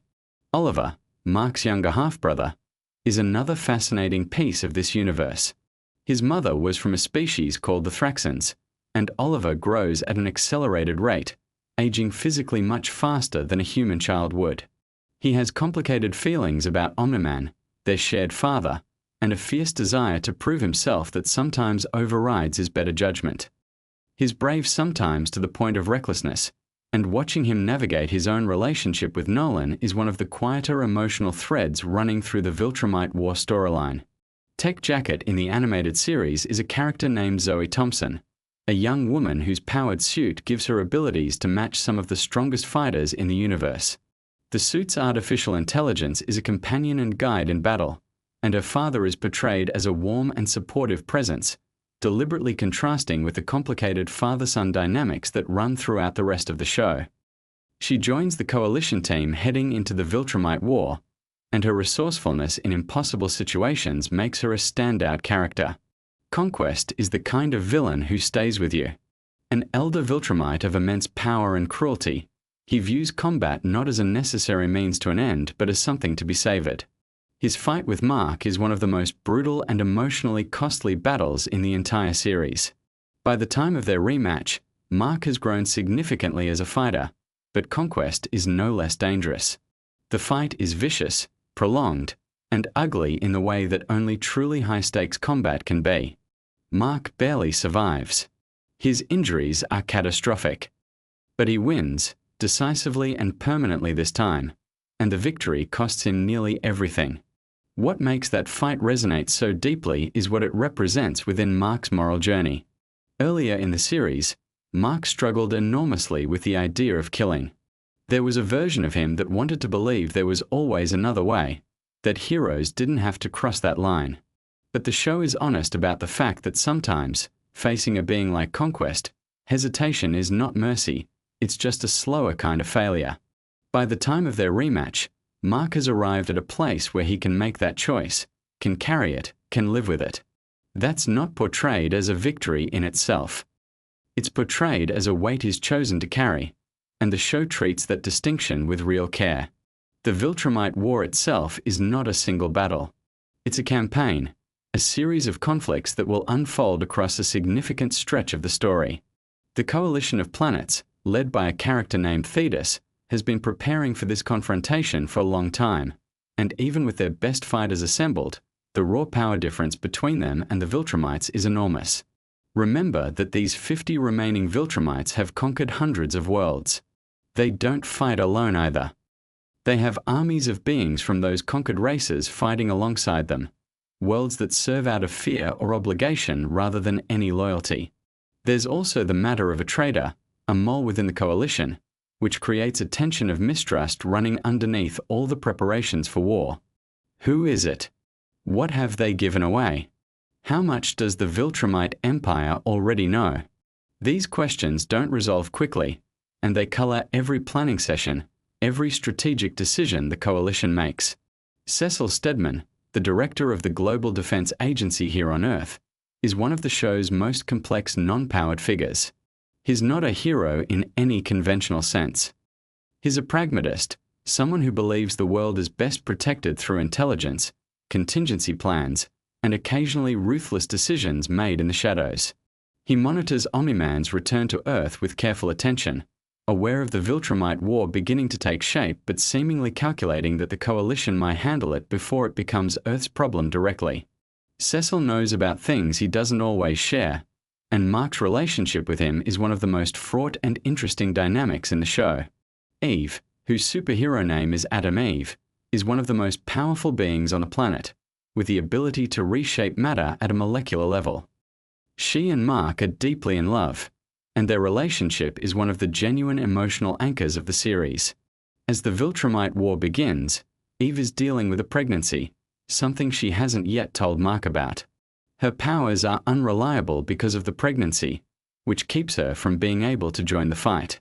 She makes the deliberate choice not to tell Mark before he leaves for the war, not wanting to distract him with news that could make him reckless or pull his focus at the worst possible moment. It's a decision made out of love, but it creates a painful gap between them, especially given how long Mark winds up being unable to return due to his injuries. The relationship between Mark and Eve is one of the few places in the show where warmth and safety live, and every threat to that connection hits the audience hard precisely because of how carefully the show has built it. Robot and Monster Girl are another fascinating thread in this universe.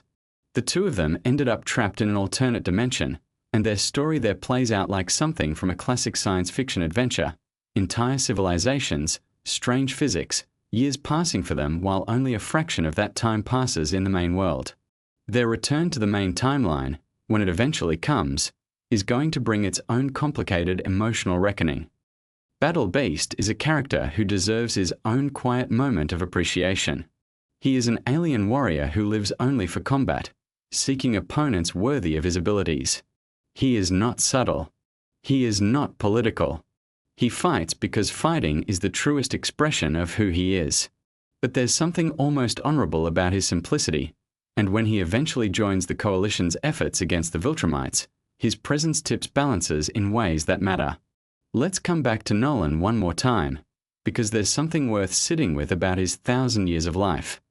Imagine living that long, most of it in service to an empire, following orders, conquering planets, living as a soldier rather than as a person. He didn't even know what he was missing until he had it. Until Debbie. Until Mark. Until the ordinary quiet of a life lived for its own sake rather than for an empire's agenda. And then having to stand in front of the person he loved most and try to explain all of it, knowing that no explanation makes it okay, that words don't have the weight to carry that kind of apology. He makes the attempt anyway. He tells her that those 20 years with her were the most real years of his entire 1,000-year existence. That he is going to spend the rest of his life trying to make things right, knowing that he may never fully succeed. She doesn't let him off the hook. She shouldn't. But the attempt itself, the vulnerability of it coming from someone who spent centuries as an unstoppable warrior, is one of the quietest and most human moments in the whole show. There's a dinner scene before Mark and the others leave for the Viltrumite War where they eat Korean food, a reflection of Debbie's heritage. It's one of those details that feels small on the surface but carries a lot of meaning. This family, fractured and complicated and hurting in all kinds of ways, still sitting down to share a meal together, still finding those ordinary rituals of connection even at the edge of something enormous and frightening. That's what Invincible does better than almost anything else in the superhero genre. It remembers that the people behind the powers are still people. Art, the tailor who has made suits for Omni-Man over the years, has a brief but emotionally heavy scene when Nolan comes to say goodbye and finds that their friendship, like so much else, has been irreparably changed by everything that came to light. Art tells him not to come back, that their time is done. And then, after Nolan leaves, he breaks down. Not from fear, though some of that is there, but from grief. For the friendship they had, for the version of Nolan he thought he knew, for the loss of something that had mattered to him deeply. It's a small scene in the context of everything else happening, but it lands. As the Viltrumite War begins in earnest, as the Coalition's team moves into the conflict, as battles are fought and terrible prices are paid, the show keeps returning to these intimate human moments. That balance is what makes the larger conflicts feel meaningful rather than just spectacular. You care about the outcome because you care about the people caught up in it, and you care about them because the show has taken the time, consistently and carefully, to show you who they really are. The Viltrumite War is a long conflict. It will not resolve quickly. There will be losses, reversals, moments of impossible courage, and moments where the scale of what they're facing feels truly overwhelming. But there's also going to be growth in it. Oliver finding his footing. Nolan discovering what kind of father he can still be. Mark healing, literally and in every other sense, from wounds that go far deeper than the physical ones. And somewhere back on Earth, Eve is waiting, carrying a secret, her powers still uncertain, her heart split between worry and hope. Robot and Monster Girl are somewhere in between dimensions, living out a whole other kind of story. Cecil is watching his screens, calculating, always calculating. And the 50 most powerful beings in the known universe are moving through the galaxy with patient certainty, because they have been doing this for thousands of years and they don't expect this particular resistance to be any different from all the others. But this resistance has something the others didn't. It is people who have genuinely chosen to fight, not out of conquest or fear or imperial programming, but because they love something, love people, love a life worth protecting. That's what Invincible, at its core, is really about. Not powers or battles or even survival. It's about what you choose to fight for, and whether who you love can make you into something better than what you were before you found them. So let that settle in as you drift off tonight. The universe is impossibly vast, full of ancient civilizations and galactic conflicts and beings who have lived for 1,000 years. And somewhere in the middle of all of it, a half-human kid from a suburb on Earth is choosing, again and again, to be the version of himself his mother raised him to be. Sleep well. Robert Kirkman built one universe where civilization collapses, and another where a teenage boy discovers his father has been lying to the entire human race. Settle in, because the second one is far stranger than the first. Invincible is an animated superhero series streaming on Amazon Prime Video, and it is based on a comic book series created by Robert Kirkman. If that name sounds familiar to you, it should, because Robert Kirkman is also the mind behind The Walking Dead. He has a real gift for taking familiar genre concepts and twisting them in unexpected directions, adding moral complexity and emotional weight that you just do not find in more traditional superhero stories. Invincible is very much a product of that same sensibility. On the surface, it looks like a colorful animated superhero show, but underneath it is dealing with themes of identity, legacy, trauma, and what it actually means to be good in a universe that does not always reward good behavior. The show follows a teenager named Mark Grayson, who goes by the superhero name Invincible. Mark lives in a world where superheroes are real and relatively common, but his situation is particularly unique because his father, Nolan Grayson, is Omni-Man, one of the most powerful beings on the planet. Nolan is essentially the Superman figure of this universe, beloved by humanity, respected by governments, trusted by everyone. And for most of his childhood, Mark grew up proud to be his son, proud to eventually develop his own powers, and excited to follow in his father's footsteps as a protector of Earth. The show does something genuinely interesting with this father and son dynamic. It builds up that sense of admiration and connection between Mark and his father for long enough that you feel it too as a viewer. You understand why Mark idolizes him. And then when the show reveals that Nolan has been hiding a much darker purpose all along, it lands with real emotional impact. Nolan is not actually from a peaceful civilization. He is a Viltrumite, a member of an extremely powerful warrior race whose true goal is galactic conquest, not protection. The Viltrumite civilization is one of the most compelling elements of the entire Invincible story.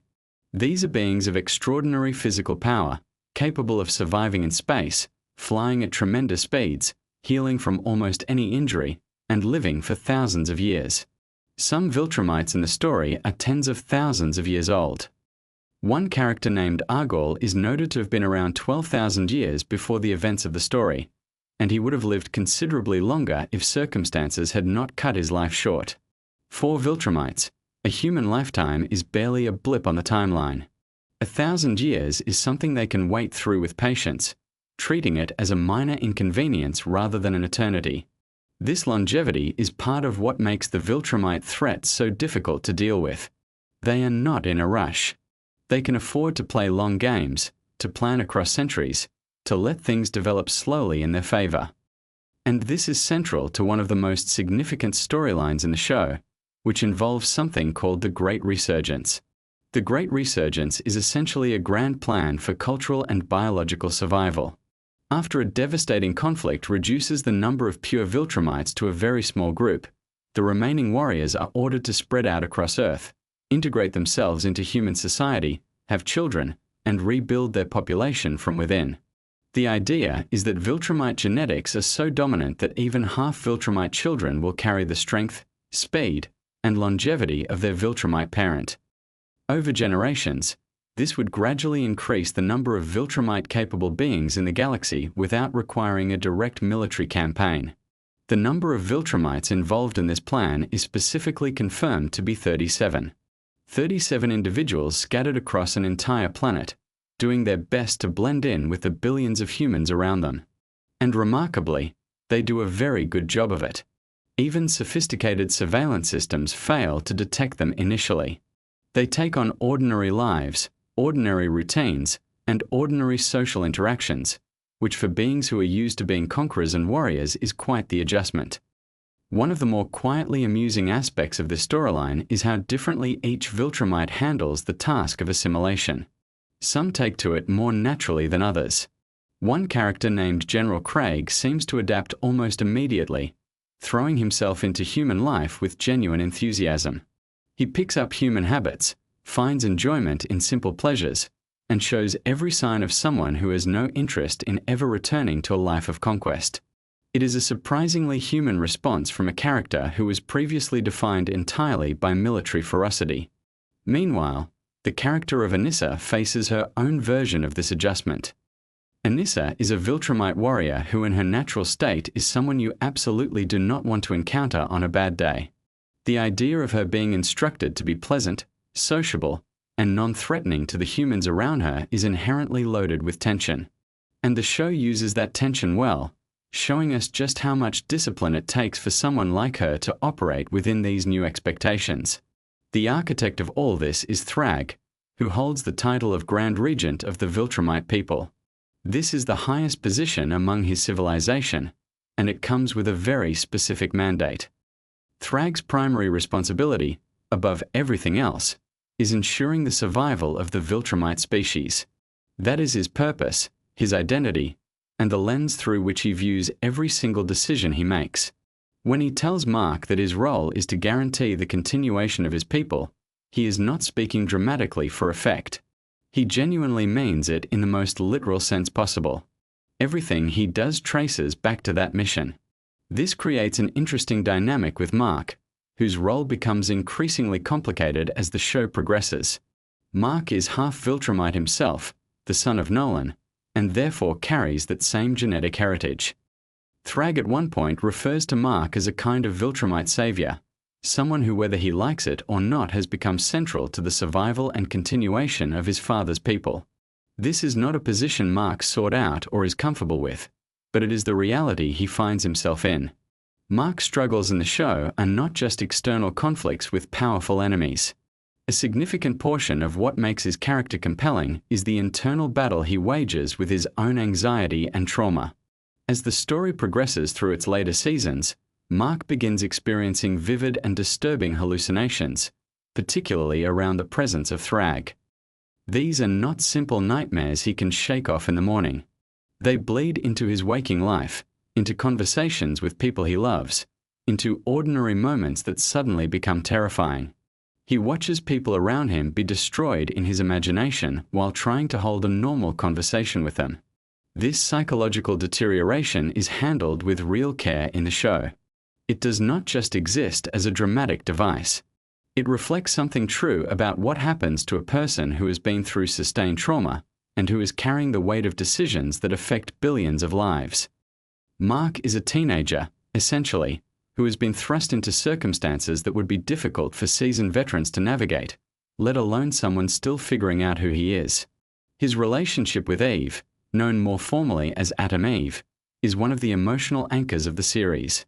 Eve has her own remarkable powers, centered around the manipulation of matter, and she has her own complicated history that informs who she becomes throughout the story. Her family background gave her a difficult foundation, full of dysfunction and pressure, and those early experiences echo through the choices she makes as an adult, particularly in some of the more emotionally heavy storylines the show takes on. Eve's powers are connected in interesting ways to her physical and emotional state. During a period when she is going through significant personal changes, her abilities fluctuate in ways that reflect what is happening inside her. This is treated as more than just a plot mechanic. It is a way of showing how deeply her inner world and her outer capabilities are connected. When her powers come back in full, it is not arbitrary. There are real reasons rooted in what her body and mind are experiencing. The show also gives considerable attention to the character of Cecil Stedman, the director of a government organization called the GDA, which stands for the Global Defense Agency. Cecil is one of those characters who exists in a morally ambiguous space that the show refuses to resolve into simple good or bad. He cares about protecting humanity, genuinely and deeply. But he is also willing to use methods and make decisions that cross lines most people would consider unacceptable.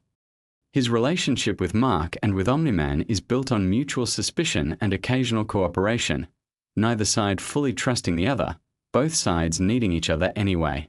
When Cecil discovers that 37 Viltrumites have been living among the human population without detection, his reaction is one of genuine shock and anger.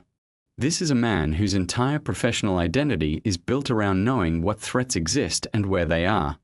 The idea that beings of that level of power slipped under his radar entirely, for an extended period, is both humbling and alarming. It forces a recalibration of what he thought he was capable of monitoring. On the cosmic side of things, the show introduces viewers to a much larger universe through storylines involving the Coalition of Planets, a multi-species alliance that exists partly in opposition to Viltrumite expansion. A character named Alan, the alien, plays an increasingly important role in the Coalition's leadership, and his arc involves grappling with enormous moral decisions. At one point, he comes into possession of something called the Scourge virus, a biological weapon specifically engineered to be lethal to Viltrumites. The terrible catch is that because Viltrumite genetics have now mixed with human genetics, using the virus would also threaten billions of innocent people. This is exactly the kind of dilemma that Invincible loves to present. There is no clean answer. Using the virus could solve one problem while creating a catastrophe of entirely different proportions. Not using it leaves a threat in place that has the potential to reshape the future of Earth. Alan, for all that he is now in a position of significant authority, is fundamentally a decent person trying to do the right thing in a situation where right and wrong have become deeply entangled. The show also has a storyline involving two heroes named Robot and Monster Girl, who become trapped in another dimension entirely. This dimension, called the Flexen dimension, has a different relationship with time than the regular universe. Time moves significantly faster there, meaning that while very little time may pass for people in the main world, Robot and Monster Girl are experiencing much longer stretches. The adventures and experiences they accumulate there are extensive, and the process of eventually understanding and communicating what happened to them becomes its own narrative challenge. Efforts by the GDA to open a portal to the Flexen dimension in order to rescue them prove complicated and occasionally dangerous, as these kinds of interdimensional experiments tend to be. When a portal does open inadvertently to the wrong dimension and something very large and very alarming starts to come through, the decision is made to abandon the active rescue approach and trust that Robot and Monster Girl will find a way back on their own. Nolan Grayson, Mark's father, goes on his own journey of change throughout the series. His path from feared antagonist to something more nuanced is one of the show's longer arcs. He is not simply redeemed in a neat way. The process is slow, contested, and complicated by the fact that the harm he caused cannot be undone. Characters who were hurt by what he did do not simply forgive him because he has started behaving differently. Debbie, Mark's mother, in particular has to work through years of grief, anger, and betrayal before anything resembling reconciliation can even begin to be considered. The truce that eventually forms between Earth and the Viltrumites is not a comfortable peace. It is a negotiated standoff where both sides understand clearly what the other is capable of and neither wants the alternative. Mark agrees to allow the Great Resurgence to proceed, meaning the Viltrumites continue their project of integrating into human society and having children. In exchange, they do not destroy the planet. One of the specific conditions of this arrangement is that the Viltrumites will not intervene to help Earth if other threats arise, which, given how frequently threats arrive in this universe, is not a trivial concession. The show treats this truce with appropriate ambiguity. It is not presented as a victory in any triumphant sense. It is more like Mark looking at the available options and selecting the one that keeps the people he loves alive in the immediate future, while creating a set of complicated long-term consequences that he will have to live with. When Thrag suggests that Mark has become a savior for the Viltrumite people, there is something genuinely uncomfortable about that framing, because Mark has not chosen that role and does not particularly want it. Throughout all of this, the show maintains its interest in the supporting cast and their own individual stories. William, Mark's closest friend, has moments that ground the narrative in something more ordinary and relatable. The contrast between the cosmic scale of what Mark is dealing with and the more personal human concerns of the people around him is something the show handles with skill. Not everyone in Mark's life can fully comprehend the scope of what he is navigating, and that gap creates its own kind of loneliness. The animation style of Invincible is deliberately constructed to lull you into a certain sense of familiarity before it disrupts that comfort. It is bright and detailed, with character designs that feel welcoming and expressive. And then when violence or darkness arrives, which it does in this show, it hits harder because of the contrast. The creative team has spoken about this as an intentional choice rooted in how the original comics worked.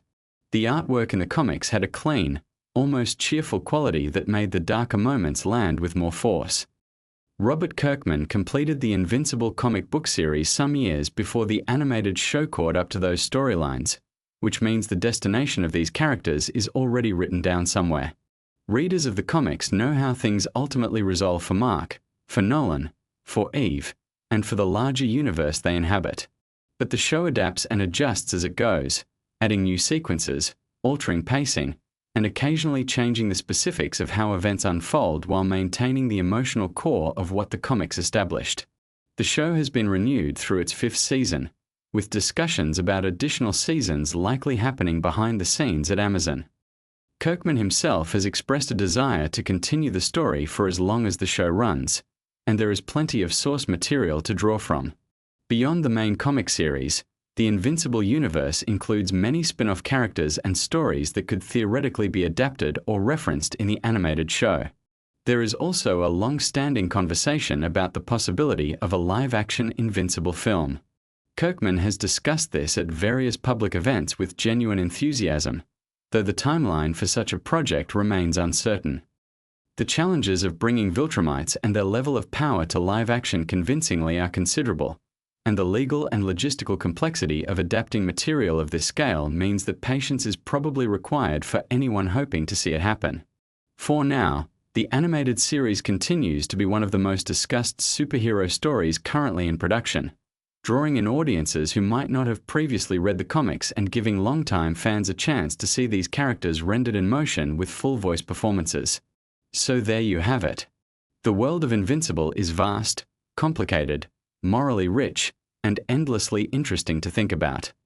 Whether you are a long-time fan of the comics, someone who discovered the show first, or just someone who wanted something interesting to drift off to tonight, hopefully these facts have given you something worth carrying into your dreams. The universe will keep spinning, the Viltrumites will keep assimilating, and Mark Grayson will keep trying to figure out how to be both a good superhero and a good person at the same time. Sleep well, and we will be here next time with more fascinating facts to help you rest.